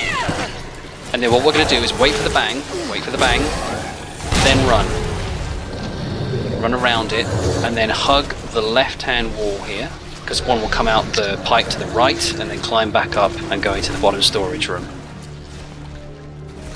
I don't bother using Claire's high-powered rounds on the G mutants. They're not as effective as Leon's fully upgraded Magnum, which takes around 5 shots to down a G mutant. She only has 5 rounds. She has to reload, and of course the G mutant will likely grab you at that point.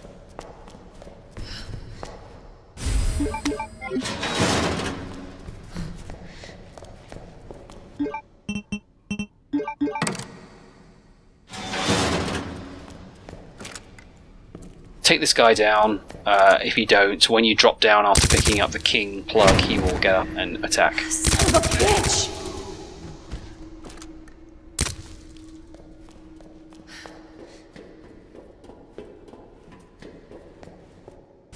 Grab the king plug and then drop down.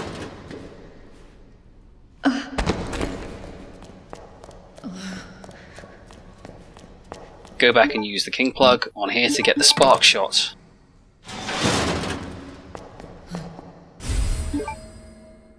The spark shot is really useful on G mutants. One needle will down a G mutant. It's also really useful on the zombie that you meet in the nest when you come out of the kitchen. He is in a flame retardant suit, so flame rounds not exactly going to do the trick, but a shot to the face with the spark shot will bring him down. They're good on IVs as well if you want to save your flame rounds, but where I find they're really useful is on G3.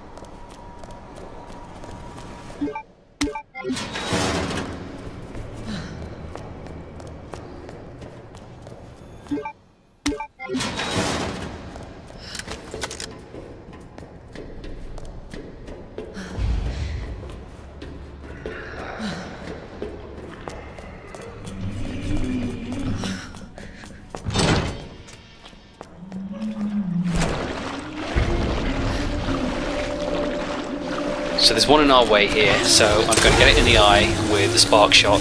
Quite conscious there is another one moving in from the right. So that one's down. Run back, and the one that came in from the right is now gone into the water.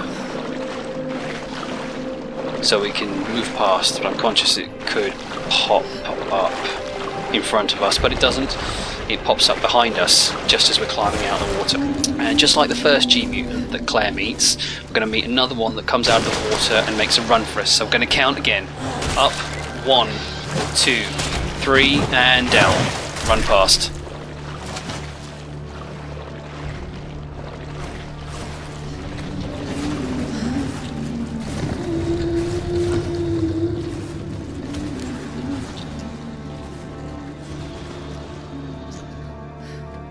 And thankfully, because earlier we unlocked this door with the tool, we can now run back up right the way to the sewer monitoring room and go fight Birkin for the second time.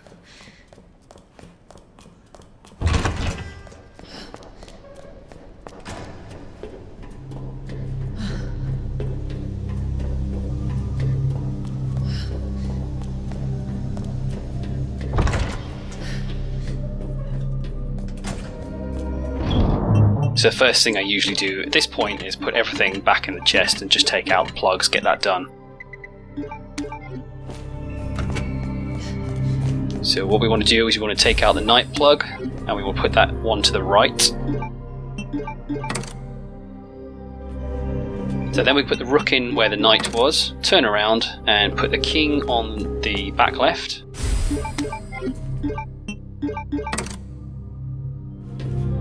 And then the queen, and then the bishop that we just took from where the king is, stick that in the other corner.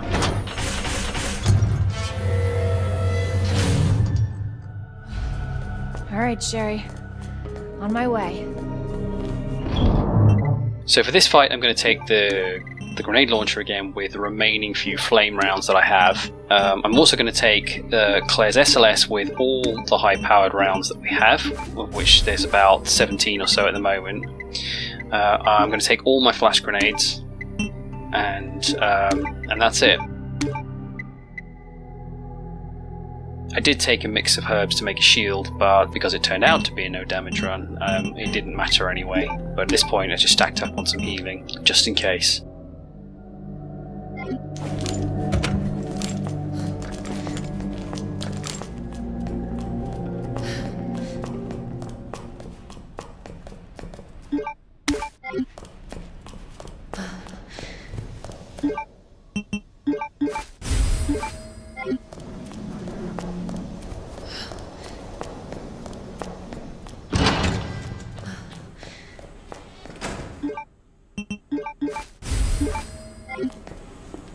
So we're going to press 1, 2 and 4.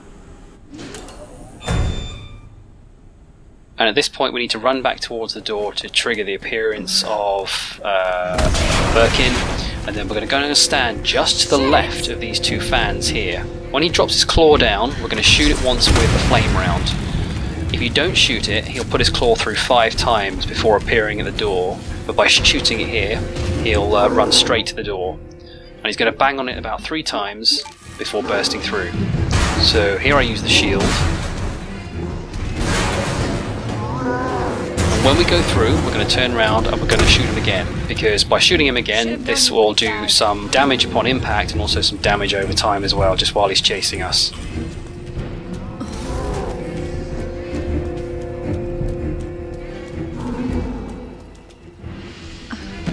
So another big hint from the game here is that when we run down and press the switch for the container, there is also a flash grenade straight next to it. We're going to pick that up and we're going to throw it straight away. If we don't, we're likely to get skewered.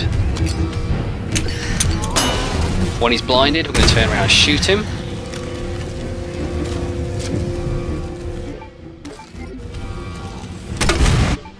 Shoot him again and then equip the high-powered rounds. Another flash grenade and shoot.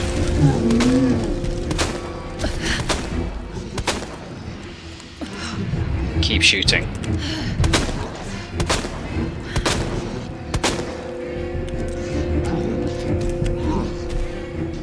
Another flash grenade. Try and take out the eyes if you can.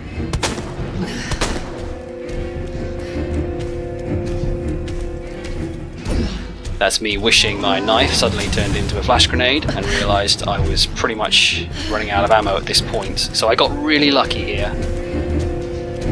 I had to lead him round in a circle and then quickly double back on him like that to dodge his claw, but he does swipe backwards.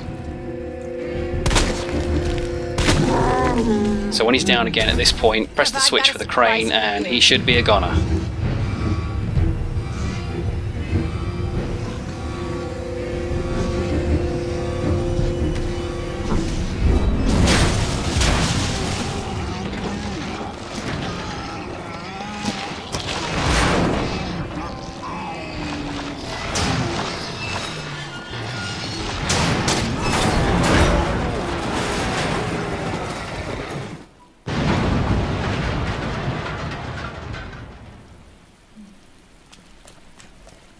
I'm so sorry, Sherry. This is taking forever. So now we can go rescue Sherry and make our way to the lab.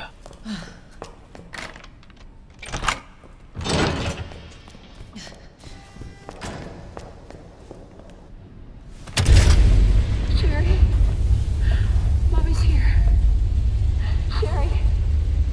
Sherry, can you hear me? Oh no. Sherry?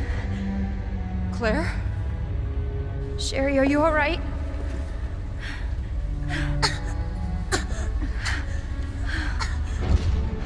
What are you doing?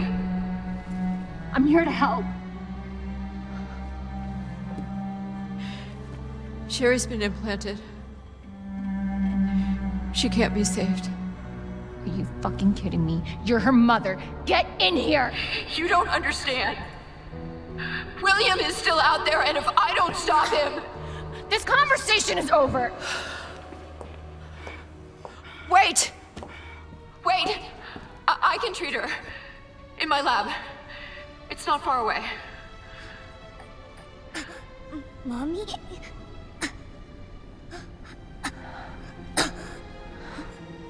There's not enough time. Millions of lives are at stake. Sherry, Mommy loves you, sweetie. Goodbye.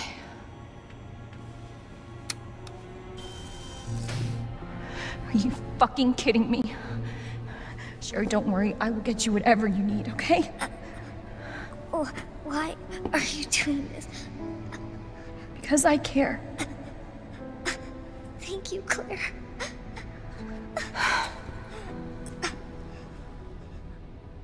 So I think in hindsight what I would have done differently was I would have brought the spark shot to that fight, because every time you do enough damage to Birkin and he goes down, he's a sitting duck, so may as well just unload a full needle into him and do a big burst of damage.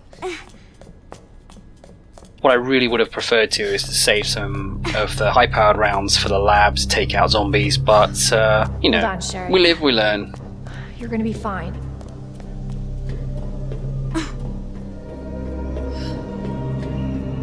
Almost there, Sherry. We're almost there.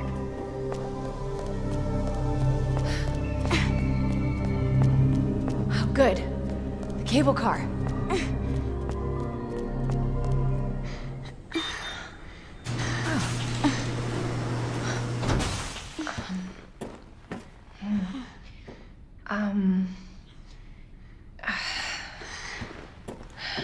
Here.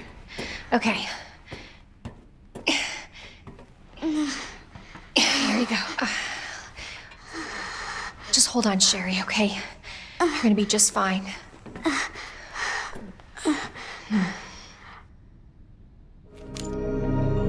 Okay.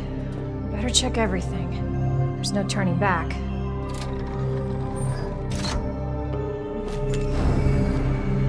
This tram is bound for Nest. Do not exit until the final destination.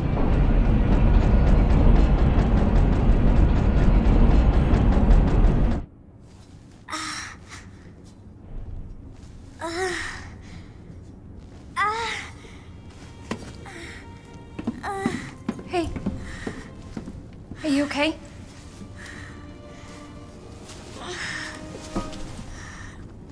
Your jacket's so warm. My brother gave it to me. You know it's supposed to be lucky? I don't know what I'd do without you. Are you kidding me? You were doing just fine without me, so I came along and got you all sorts of trouble. I have something of yours. I don't want it. Really? Why not? It's so pretty. It's from my mom. For my birthday last year. All I really wanted was for her to be home more. I know it seems like your mom doesn't care, but... Hey, Sherry, come here.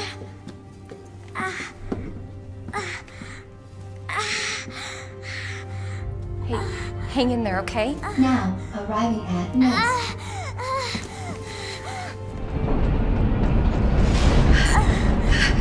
It's okay. I've got you. Come on.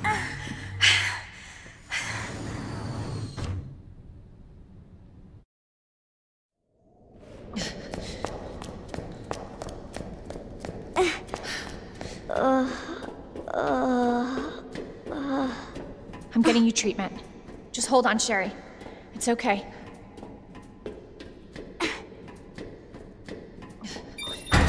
For your safety, stand clear until the doors are fully open. For your safety, stand clear until the doors are fully open. For your safety, stand clear until the doors are fully open. To Nest. Enjoy your visit. Okay.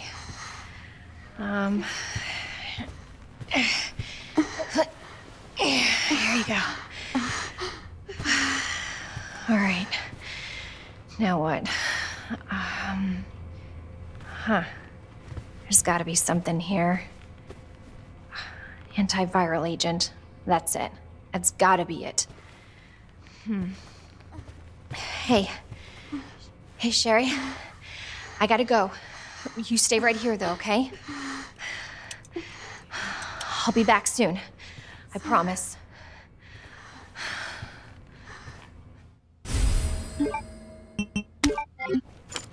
So there's some flame rounds in here, so we'll take those with us. They'll come in handy later on when we're down in the East Wing. But we're going to put everything away apart from the spark shot, the wristband, and a... I'm not going to bother with a sub-weapon because we're going to pick up a couple in a minute.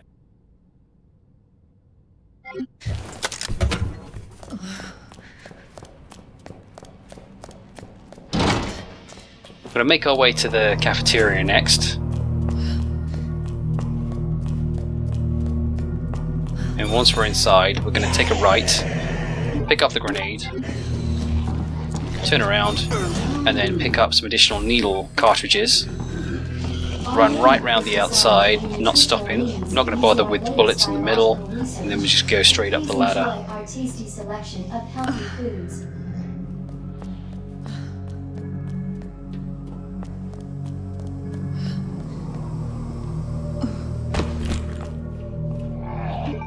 Once we drop down into the kitchen, I'm going to pick up the large gunpowder and the knife.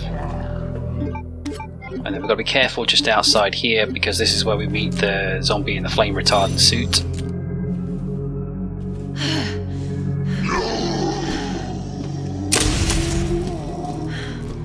Aim for his head. What the hell? And zap.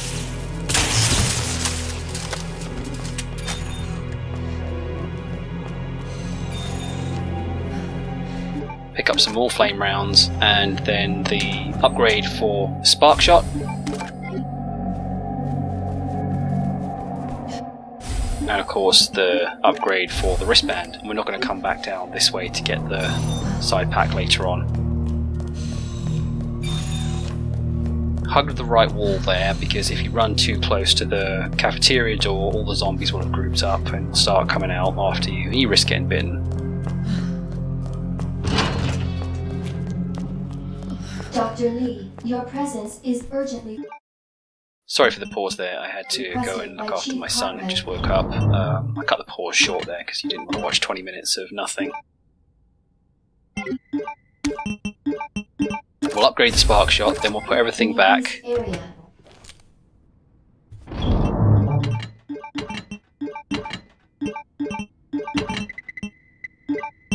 So we're going to take the grenade launcher, the flame rounds, some acid rounds for if we run out of flame rounds, and the knife, with of course the wristband. I then decided to take the spark shot just as a backup weapon.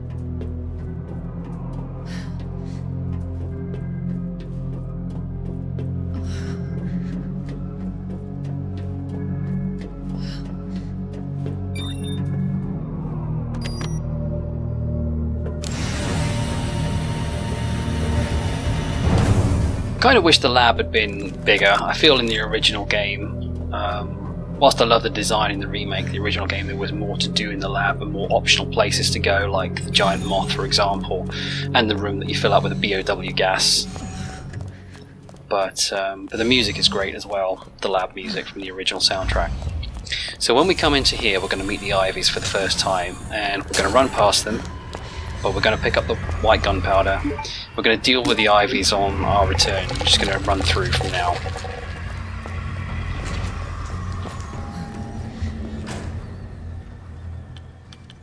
So the first combination is 3, 1, 2, 3, which gets us into the basement area.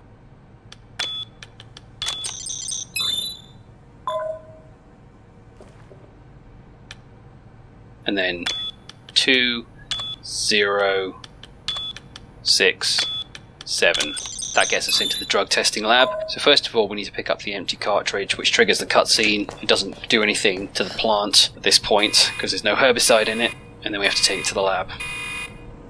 Dispensing solution now.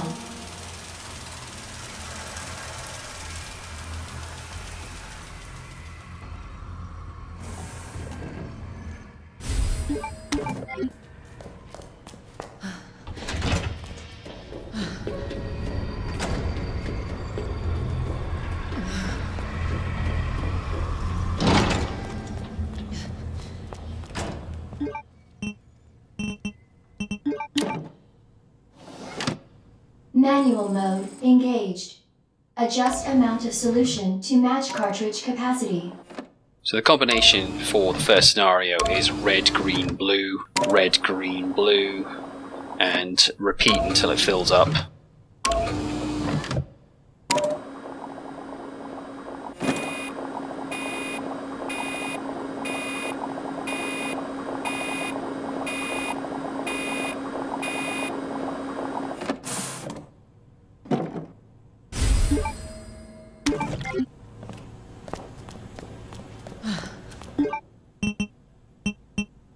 I'm conscious that our inventory is pretty jammed at this point, so we're going to pick up the large gunpowder and mix it straight away with the white gunpowder to make some more acid rounds, and then we're going to pick up the grenade that's sitting on the hazmat guy.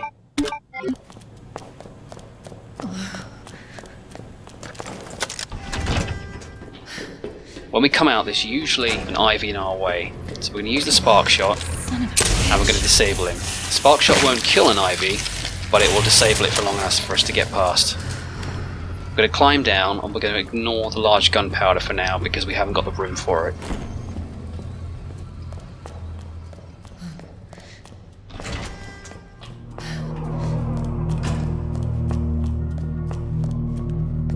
Pick up the flame rounds here, and then we've got to take out 3 zombies out of the 4 that are on the ground to stop them from getting up when we turn the power back on. So we're going to switch to our grenade launcher, take out the first guy there on the floor.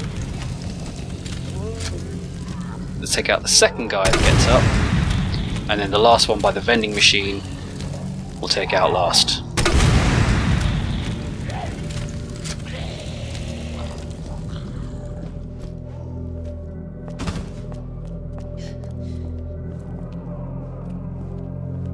At this point we want to walk down here. You can stop running about now, but if you run any further the liquor will already attack you, aggro you before it's even dropped down.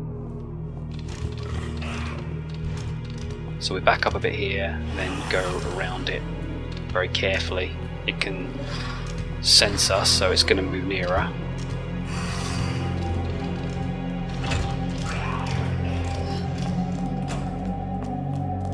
And then there'll be a zombie to the right as soon as we get through the door. Hit it with a flame round. At this point I changed to acid rounds, forgetting I still had one more flame round. So I should have used that flame round here on this guy that drops down. Instead I wasted several acid rounds to take him out.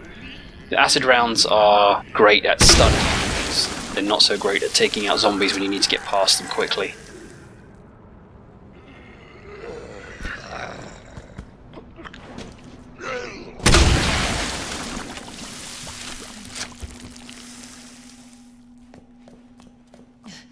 So up here there'll be a zombie approaching from the other door, so if we're quick enough to pick up the signal modulator, which much. My inventory's full, so I had to chuck the knife. I would have had room if I'd used that flame round, but I didn't. And now we can go and turn the power back on.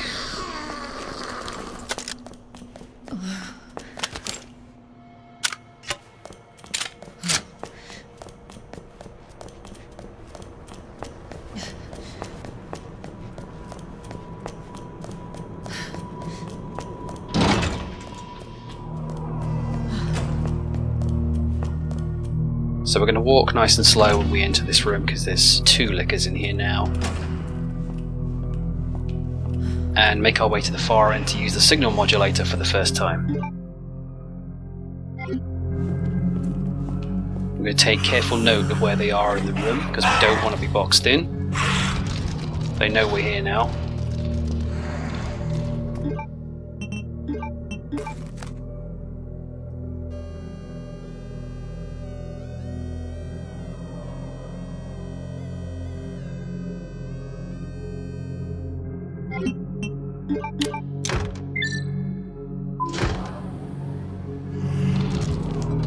And they are not in a good position. I made quite a mistake here. I made the mistake of backing up and I got pounced. So that's why we carry the grenade with us. And then I had to run. The other one jumps behind me, so I did get lucky and the grenade goes off, stunning them both. But we made it to the server room and we're okay for now.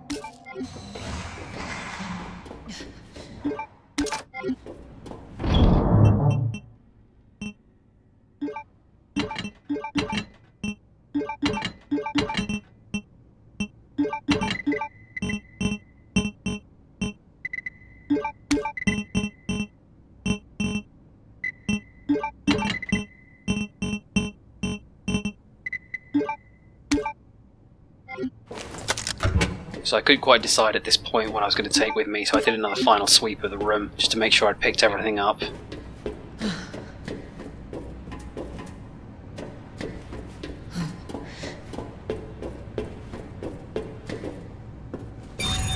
So why am I leaving with just the spark shot? Okay. And why am I coming this way? Oh yes, I need to go and use the cartridge.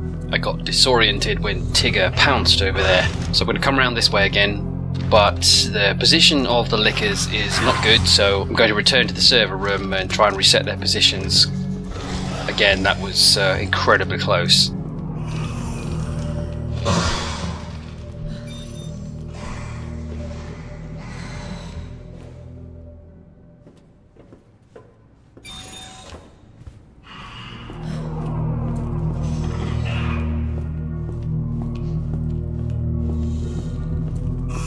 Again, really close, but both of them are together in the main part of the room so we can sneak past on the right.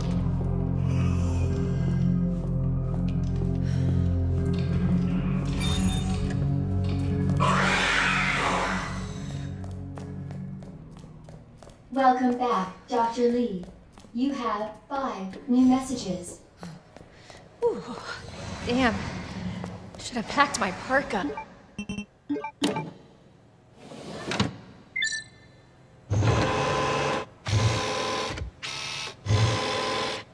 Cooling sequence in progress.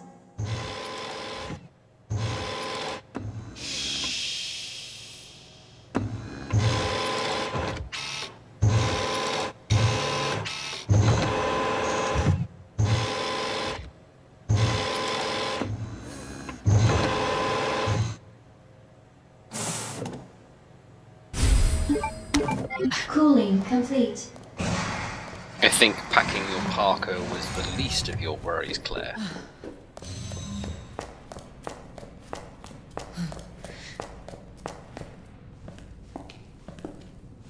Once again, we're going to walk and make our way back to the server room to re-equip and then go back up to the greenhouse.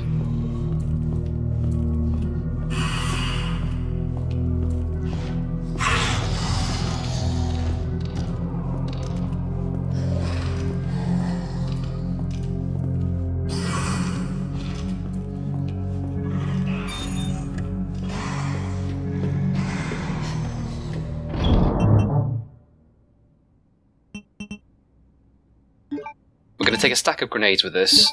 We don't want to use them all, but just in case we get caught by the Ivies, it's best to have them than not, because the Ivies will one-hit kill you. We'll take the flame rounds and the rocket launcher as the primary weapon, but the spark shot as well, because we are very low on those flame rounds.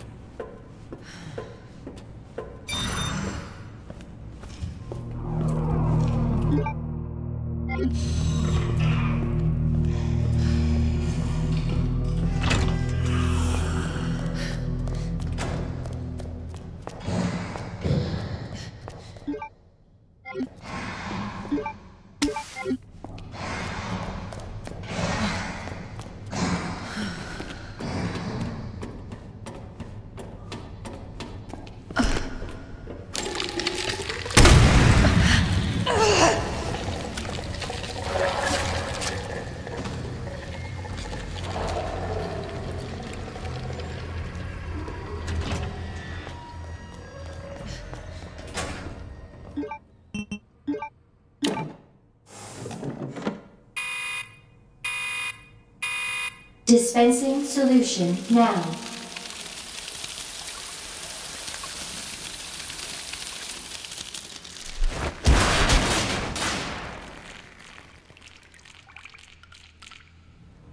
So much for the weed infestation.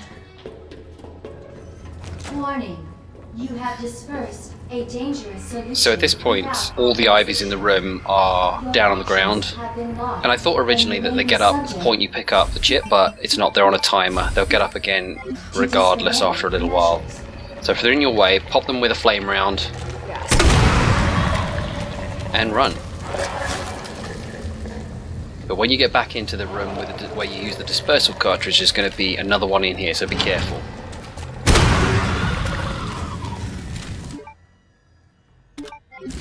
Now only got one flame round left, so we'll need to take one out in this corridor and then use the spark shot for the other one.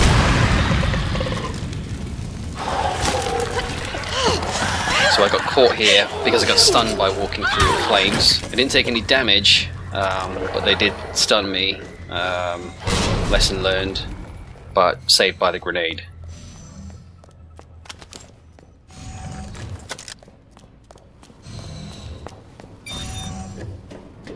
Now we can make our way over to the west area. From here on out, Claire has a much easier time than Leon does. And we're going to make our final save up ahead just before the G3 fight. But we need to do a bit of preparation first. We need to start making all the acid rounds we're going to use to take him out. I gotta find that antiviral agent soon. We're also going to take the spark shot as well. Whenever we bring him to his knees and expose his central eyes, we're going to use the spark shot to do a burst of damage.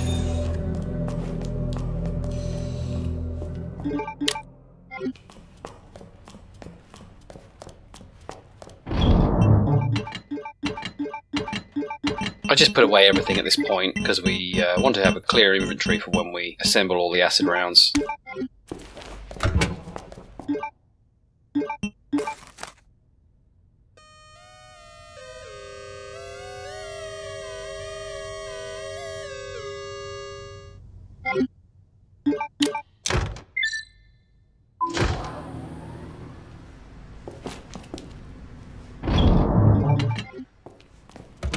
I think given the amount of time we probably have left at this point, I'm guessing we're about 1 hour 45 in. I probably could have gone back and got a second side pouch from the cafeteria area. It would have been helpful, but we don't need it. Not essential.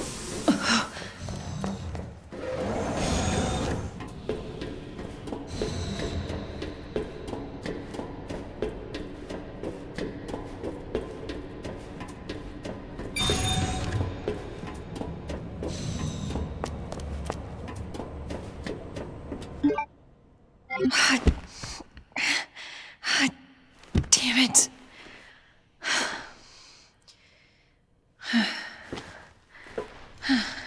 Look at that.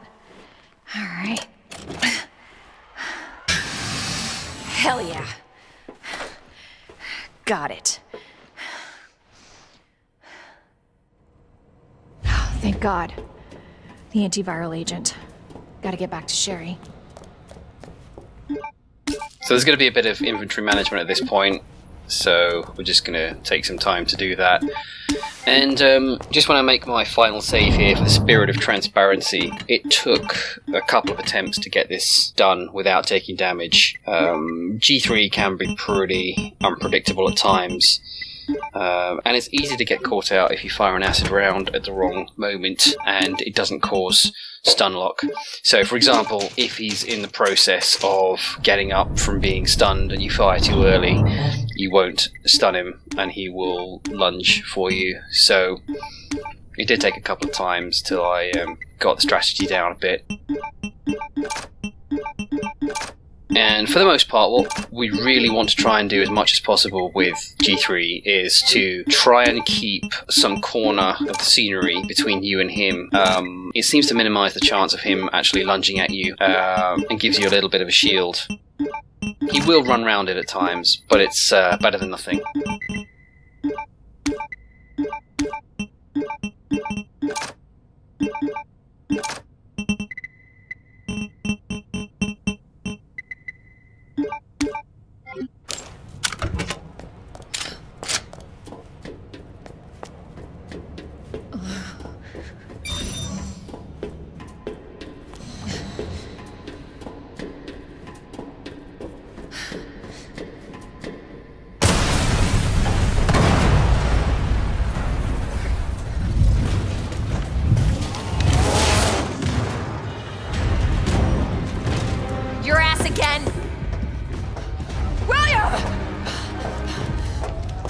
Now.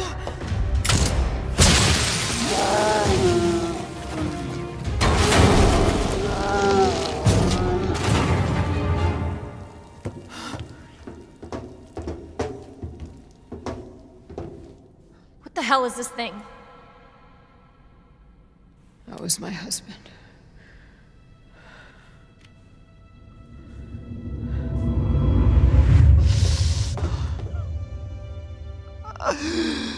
She is my creation!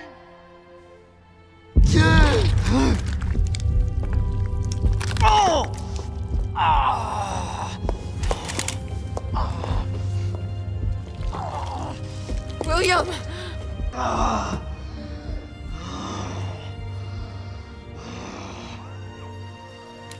should have killed him while I had the chance. I don't know why, I couldn't do it. He was your husband. Honestly, we were more married to our work than each other. But what about Sherry? How could you just leave her all alone while Raccoon City burned to hell?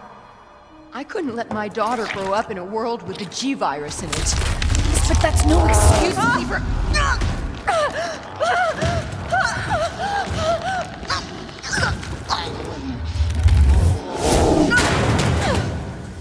Annette! I got this.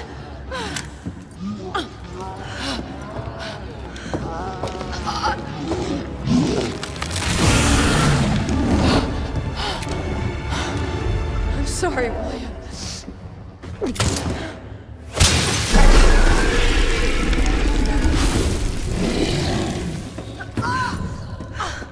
No. I got this.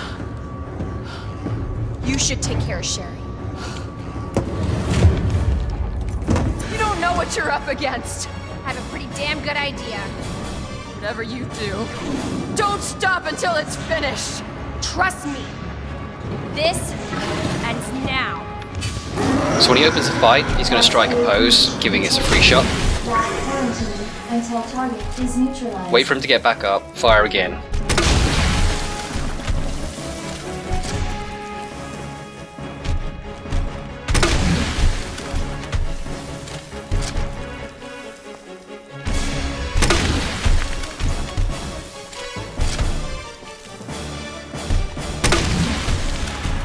Try and run behind him each time, and when you can, just keep some scenery between you and him. So use the corners of these cylinders. And don't forget to reload.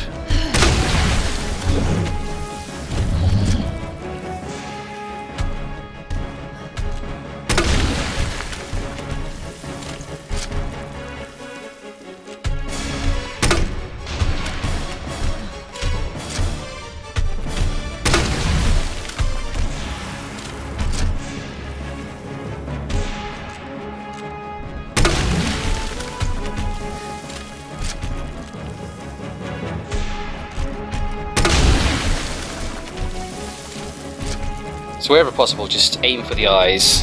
As with all Birkin fights, hitting him in the eyes does the most amount of damage. Right, so at this point he's down, exposing the central eyes, so we hit him with the spark shot and switch back to the acid rounds.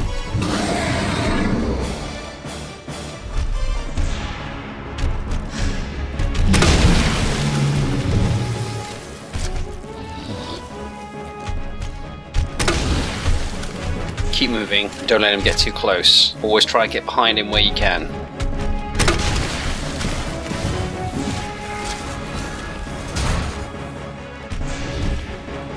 I think in this fight, the stock for the grenade launcher is actually where it is useful because of the distance between you and him. There's less risk of error with the stock.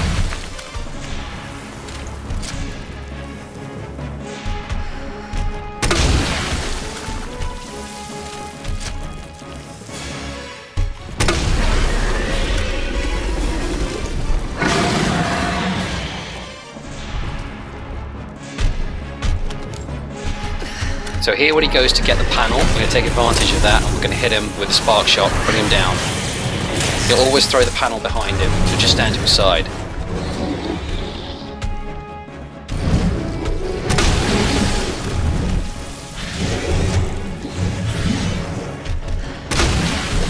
He got too close there.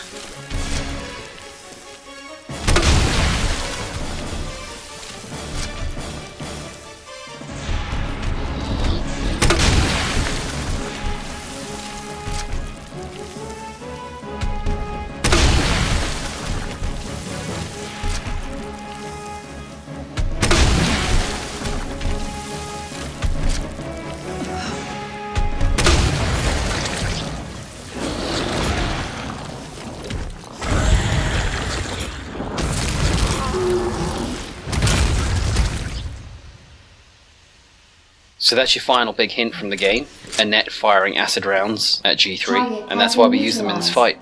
Ending quarantine.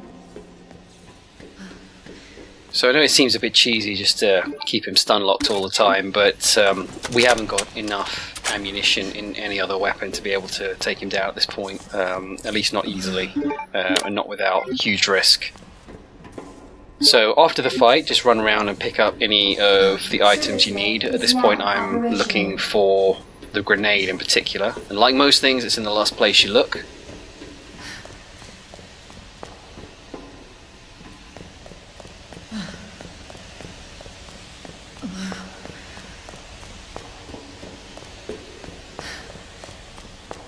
There it is.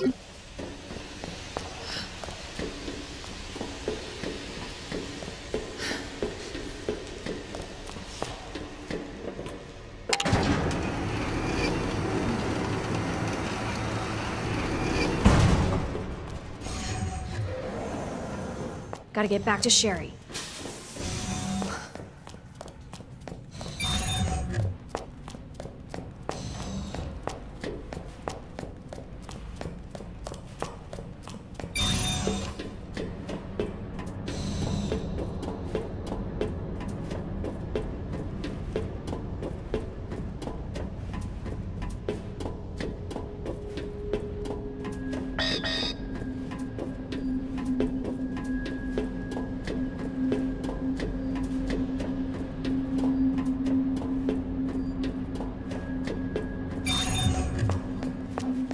Before we go back into the security office, we're going to go and tool up for the final run, the escape. So we're going to put everything away except the SMG. Bring all the ammo with you.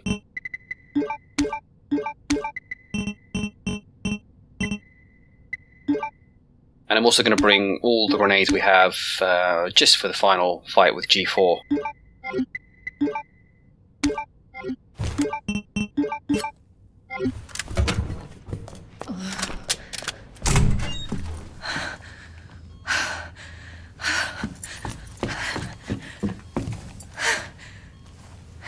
Hey.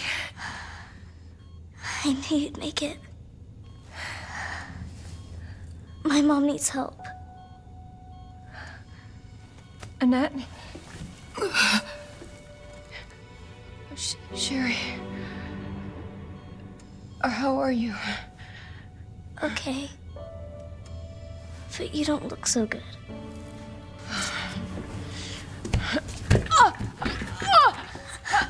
Mommy?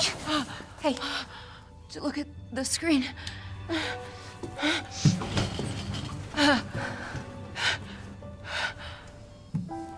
Oh, thank God.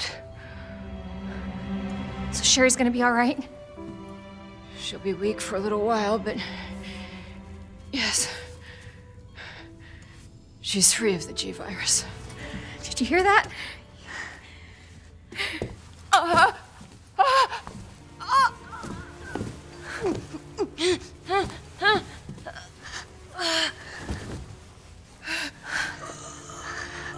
What happened to her? She was attacked by the monsters. Don't worry about me.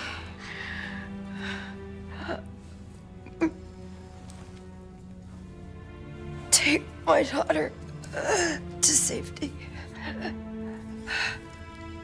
I'm sorry, Sherry. For everything. Your life is what is important.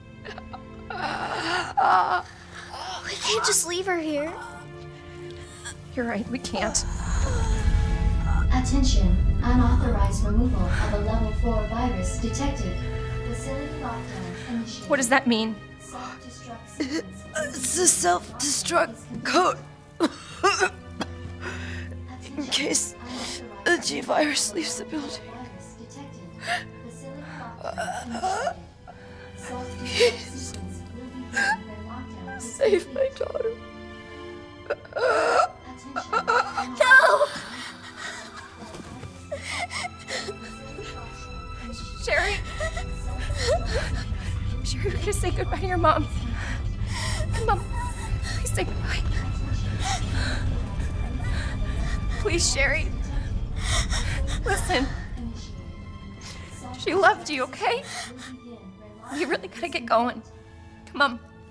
Attention, unauthorized removal of a level 4 virus detected. Facility lockdown initiated. Self-destruct sequence will be complete. You were right about this jacket. I'm so lucky to have you. Listen, we can talk more about that later.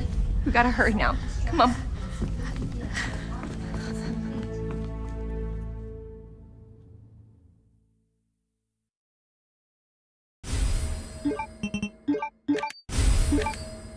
Sherry, can you walk faster? I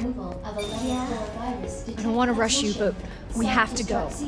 I'm pretty sure that's a nod to the original game where you run faster than Sherry, and if you get too far ahead, she stops and starts cowering and you have to go back to her. Attention, self-destruct sequence initiated. Let's get the hell out of here. Use the central elevator to evacuate immediately to the bottom level train platform. Attention, self-destruct sequence initiated. Use the central elevator to evacuate immediately to the bottom level train platform. Attention, self-destruct sequence initiated. Use the central Claire? elevator to evacuate Yeah? immediately to the bottom level Thank train you for platform. being so nice to me. For helping me. I'm really glad I met you. Attention, I'm really glad I met you too, Sherry. But save your thanks until I get you out of this place. Immediately to the bottom level train platform. Attention. There's a knife and a first aid spray in here, but by this point I was clued into the fact that I was going for a no damage run, so I stopped picking up any remaining health. Attention. Self-destruct sequence initiated. At this point I'm going to put away the wristband, we don't need it anymore. Elevator to evacuate immediately to the bottom level train platform. When you get to the bottom of this lift, just keep running past the ivies. Don't stop. Self-destruct 10 minutes until detonation. To evacuate immediately to the bottom level. Sherry, run! Attention. Self-destruct sequence initiated. The door head's locked and Sherry has to unlock it. It takes her exactly 45 seconds for her to unlock it, at which point two ivies will attack us. we're going to use the SMG to take care of them and just burst their bulbs to bring them down temporarily. Of course. The stupid thing's locked. Hold on. Sherry, what are you... I think I can open it from the other side. God damn it, your timing sucks. Attention. Self-destruct sequence initiated. Use the center elevator to evacuate. Fucking hell. Attention. Self-destruct sequence initiated. Use the central elevator to evacuate.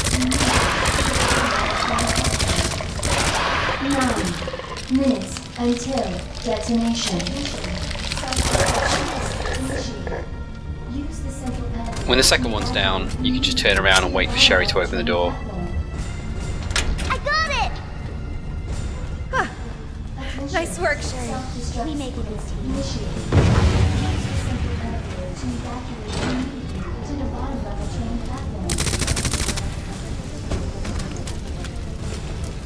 Attention.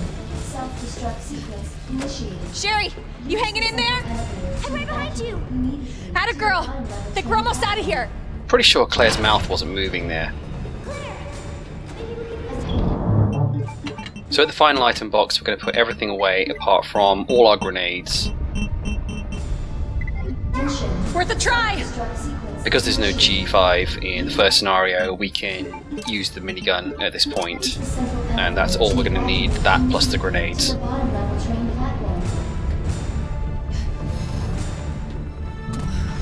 Attention.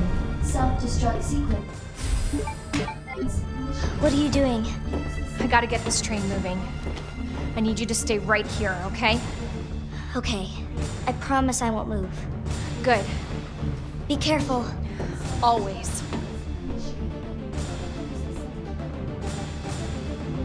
To the bottom level. 8 minutes until detonation. Attention. Self-destruct sequence initiated.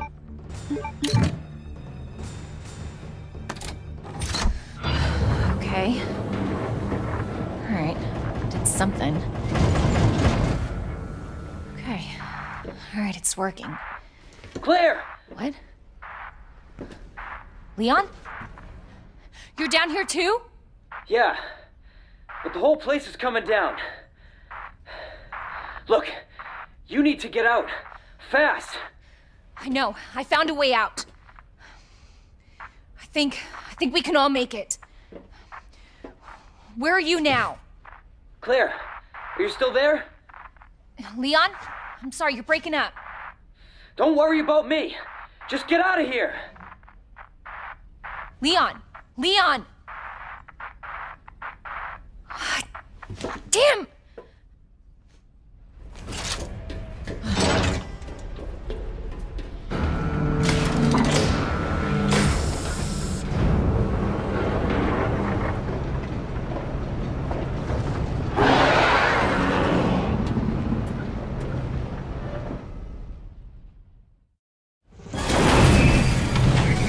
So with this fight, whilst it is a lot easier than Leon's fight with Super Tyrant, don't get complacent simply because there's an enormous metal shield in the form of a train in the middle of the room. G4 can charge at incredible speed, and when he hits the wall, he often goes around the corner like that. So what we want to try and do is whenever he's still, we're going to throw a grenade, because the grenade does large damage in an area of effect, getting all of his eyes at once. While he's on the move, we're just going to fire at him with the minigun, but taking care only to try and get his eyes. The trick is to keep running with this fight. When he climbs up the walls, he'll either jump down onto the middle of the train, or jump down next to you, or sometimes on you, and you want to try and avoid that.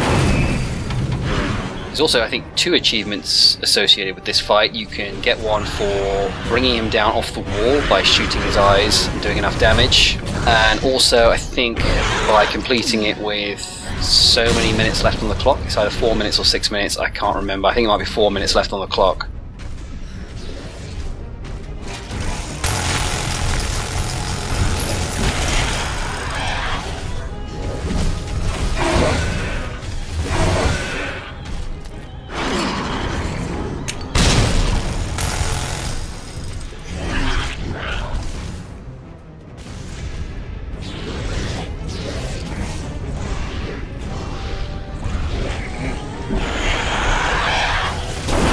So again, while he's stunned from hitting the wall, we're going to throw the grenade, get all of his eyes at once. 6 minutes until detonation.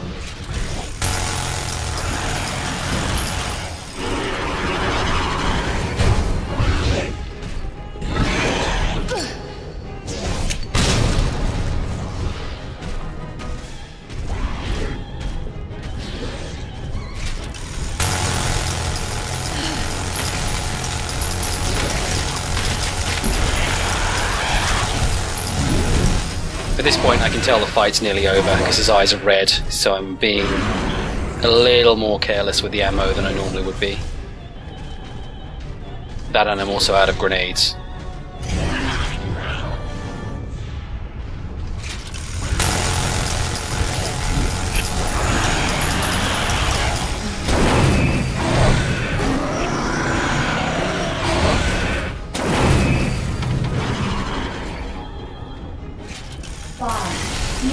Until detonation.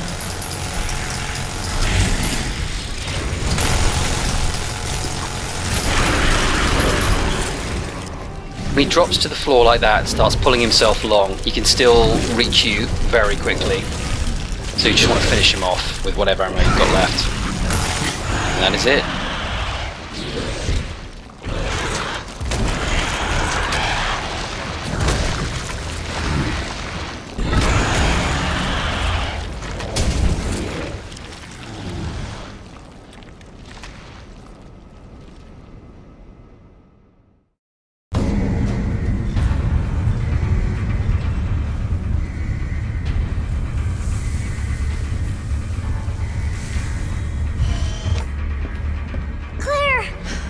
It's okay.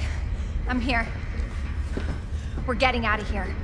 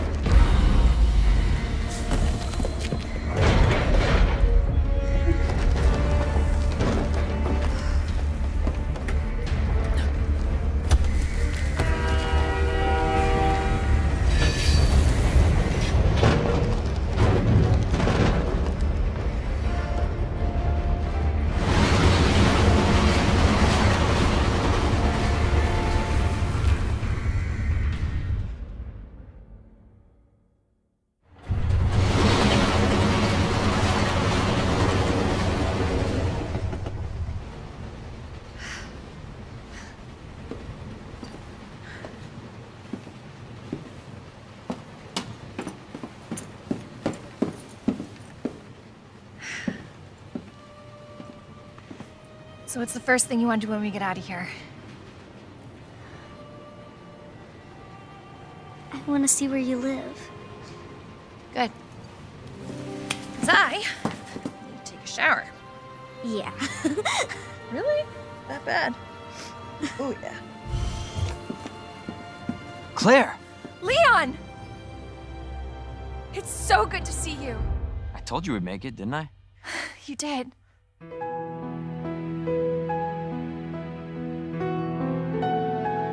So of course, if you want to get the full ending to the game, you need to do the second scenario. At some point I might get around to doing all 4 scenarios and uploading them to YouTube when I can get around to it. But we'll have to see how it goes. At the time of recording this, Resident Evil 3 Remake is out in 2 days. I'm going to be playing that for quite a long time. So whether I've got time for any more videos, I don't know. I also want to give a couple of acknowledgements as well. So firstly, Carcinogen SDA, and also to Darkness. When I first got this game in 2019, I played it on the standard mode for quite a while, but I used their guides and walkthroughs to understand the mechanics for the hardcore mode, and it's thanks to them I was able to get the S+ ranks back in the day. So there's probably quite a few influences in this video taken from them, but I also like to think that I brought a few of my own strats to this walkthrough as well. And it was experimental in parts too, so not all of it is solid. I don't know how consistently some of the tactics I used would hold up, and some of the tactics I wouldn't recommend doing. So maybe if I can get some more playthroughs in here, I'll get some practice in and see which ones actually do hold up each time. Also, I want to say sorry about the sound quality in parts of this, if not for most of it actually. I don't at this stage have the best equipment, and I do hope to upgrade that soon-ish. But my PC is also in the same room as my wife's fish tanks, and so they're humming away in the background as well, which adds a layer of buzzing to the audio track, which I'm working on improving. But we are looking to move house as well, so when we do move house, we'll make sure that things are in different rooms. But I think for the most part, having played it back myself, it's not like it's inaudible. It's just not as professional as I would like it to be. So I'll keep working on it. Thank you very much for watching. I think by now we're at nearly 3 hours, so that's a long time. But thank you, and if you did enjoy this video, please give me a like. Subscribe to the channel if you want to. It is brand new at the time of recording, but I hope to really grow this channel. Put all sorts of guides, walkthroughs, reviews, etc. on here at some point. Anyway, till next time.